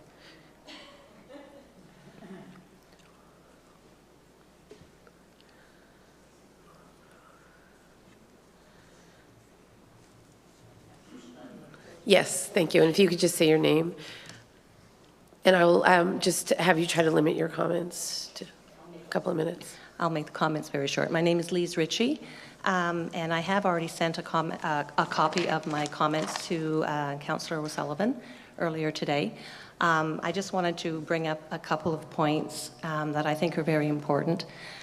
I have been through this before. In 1990, early 1990s, I lived in Nepean when they tried to introduce a cat leash or indoor cat bylaw, and it was a horrendous experience. It resulted in fights between neighbors. I know initially the intent was to try and get control over the stray cat population, or that was what was pointed out.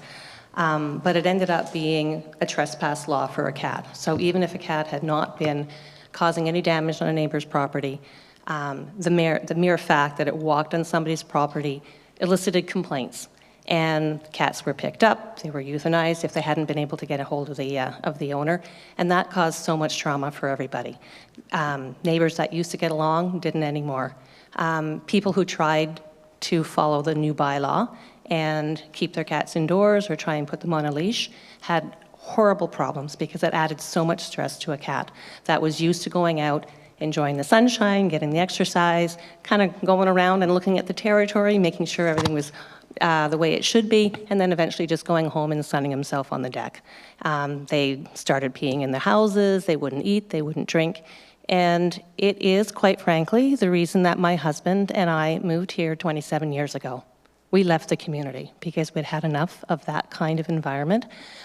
There are so many other ways that people can deal with these issues. And all it takes is cooperation between neighbors, a little bit of research, and a little bit of patience. So, as I said, I have forwarded these to Councillor O'Sullivan. I can give you a paper copy if you'd like, or forward it on to anybody else. But I really think that if we were to try and introduce something that is going to address, as you said, just a problem for a few people, and basically impose that on all cat owners and all cats, it would be cruel to both those cats and those owners who are actually responsible pet owners. I think it's more a question of education of the public, of things that they can do as a cat owner or things that they can do if they're having a problem as well, and find ways that people can work together. Sorry, we didn't catch your name. Lise Ritchie. Okay, and feel free to share your comments with council colleagues. Okay. It would be, yeah, it would certainly be beneficial it's very interesting to hear of your experience in a different municipality that tried to navigate this, so thanks. That's why I moved here. I understand. We moved here for the cats. Thank you. Thanks. We just have one other member of the public, but go ahead. Do you want to come on down, please? I just wanted to thank Lise, and I will forward your message on, okay? Lise and I spoke personally too, and Okay. so she Thank you. agreed to come tonight. If you could press your button. Yep. Hi. Thank you. My name is Sandy Lawson. I've been running a rescue for over 8 years now. I've rescued in Kempville. I've helped farmers. I've done a mobile clinic. I do TNR. I know the rescue world very, very, very well. I also we're starting a new initiative called Speak Up for Paws, and it's all about the education and the advocacy. And we're hoping to have more accessibility and affordability in this region that's something that we're working on. Anyways, my thing is, great points, great points.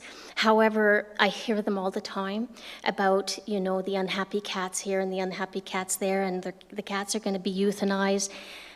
I'm like right in the ground dealing with this every day, all day, and I get the calls, the calls of the animals being found by coyotes, the animals, the cats that are being a nuisance, from the rescuers not knowing, is this a cat do I rescue? Is this a cat that's just free roaming? Is this a cat that's abandoned?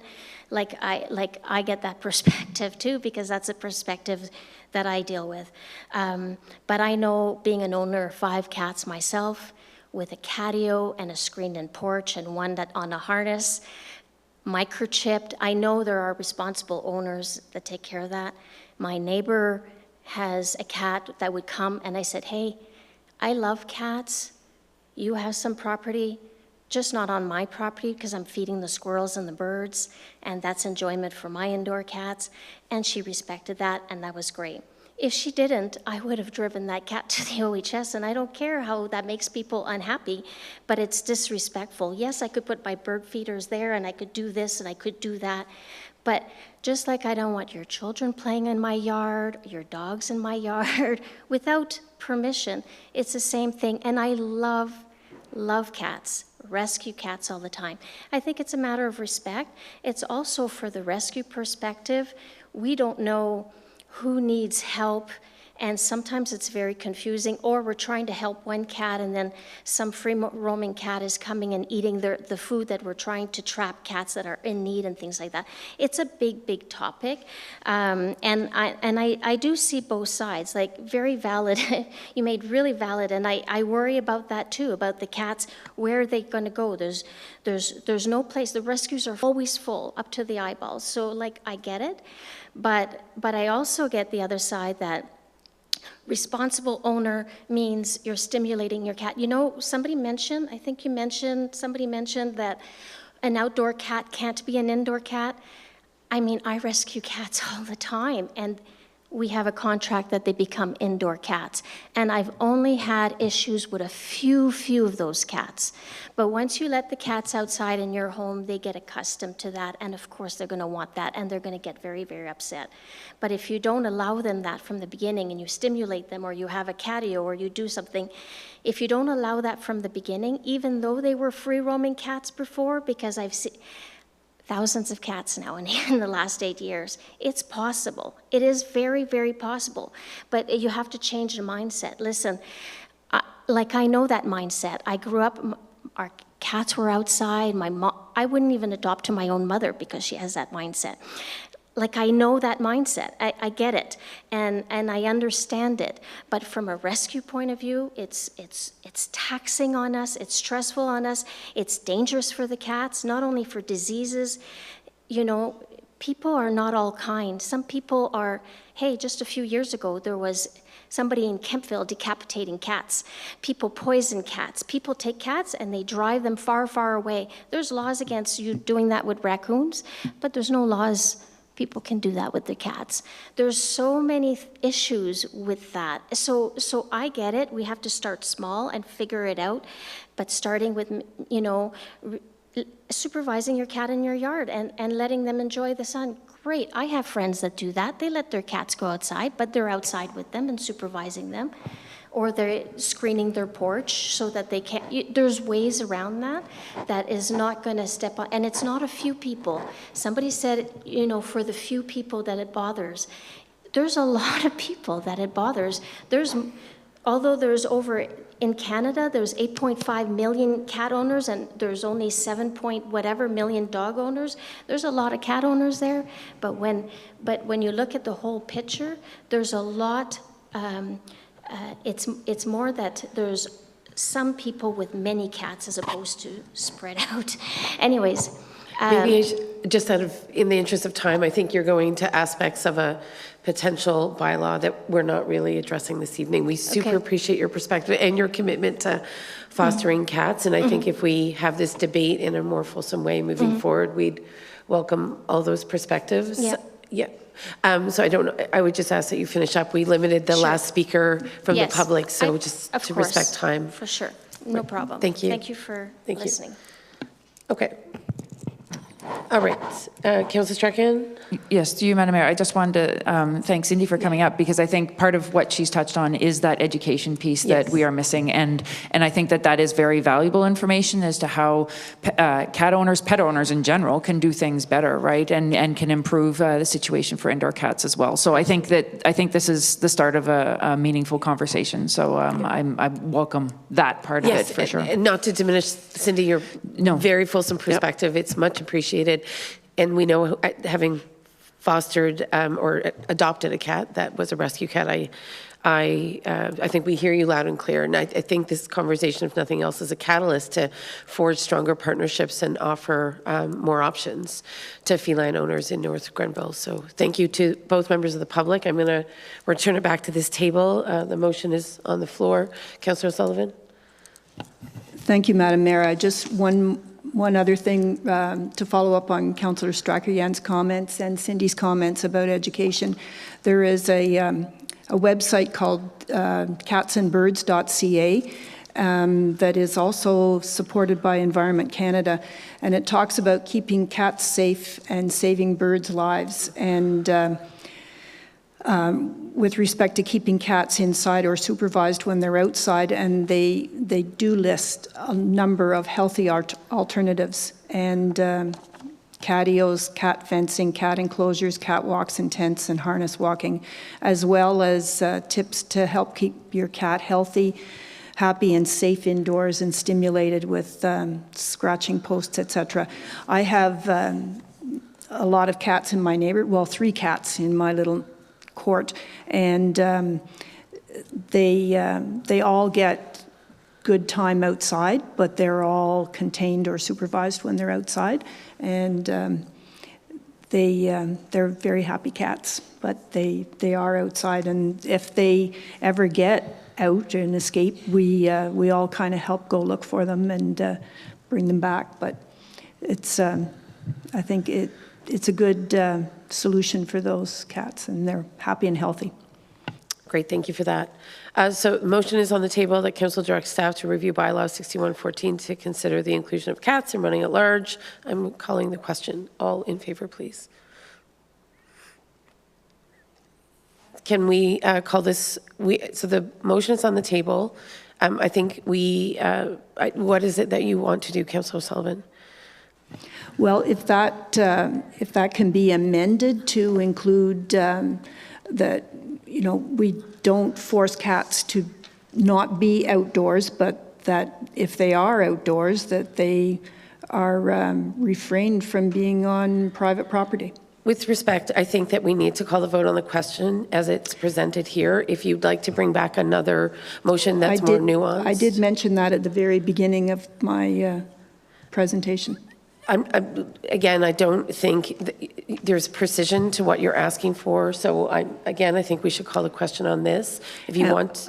And if it's defeated, then what happens? Absolutely nothing changes, and there's no change for the people who've had concerns about cats on their property? So certainly, I think you could bring back another notice of motion that perhaps better captures some of the focus that you're speaking about. But at the present time, I'm not confident that the intention around an amendment is sufficiently well captured to move forward today.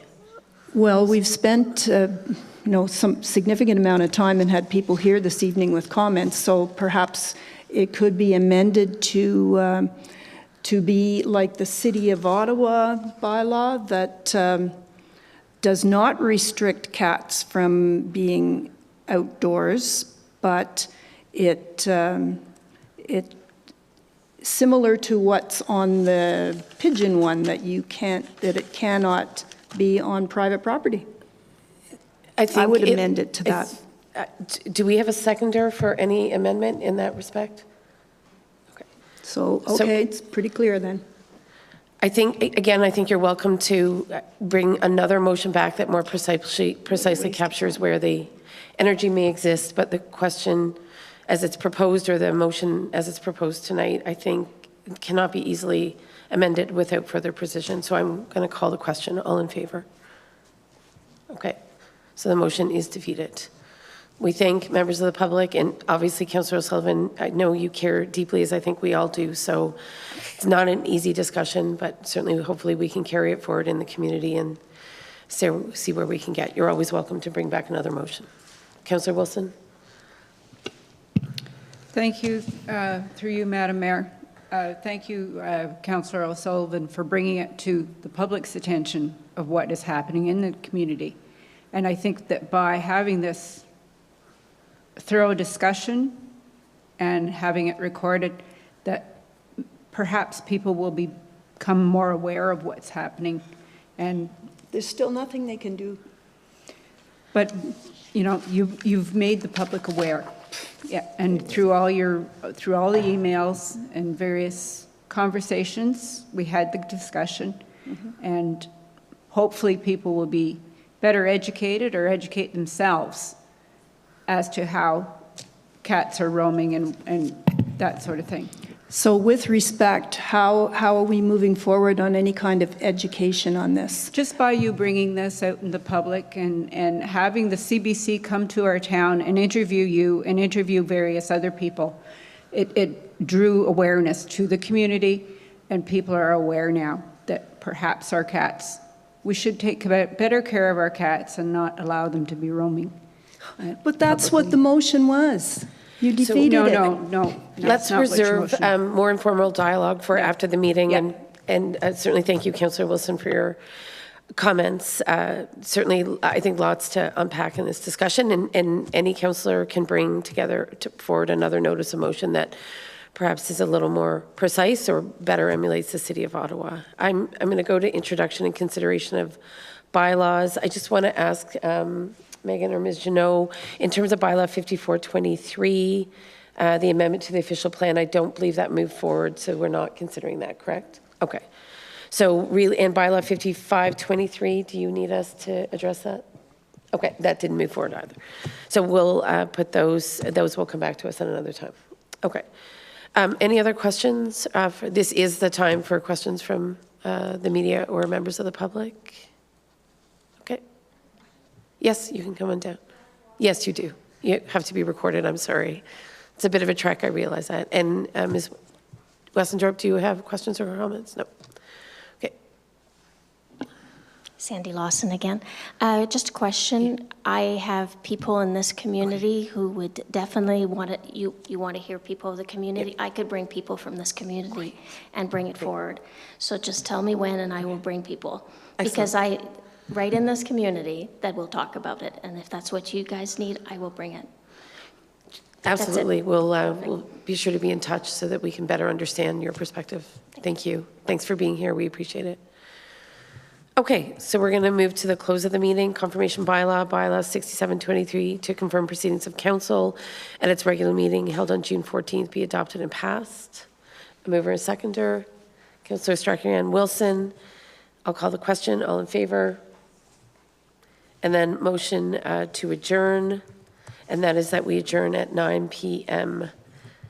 on June 14th. I need a mover and a seconder. Thank you, Councillor Wilson and Strachan. I'll call the question. All in favor? Okay, meeting is adjourned.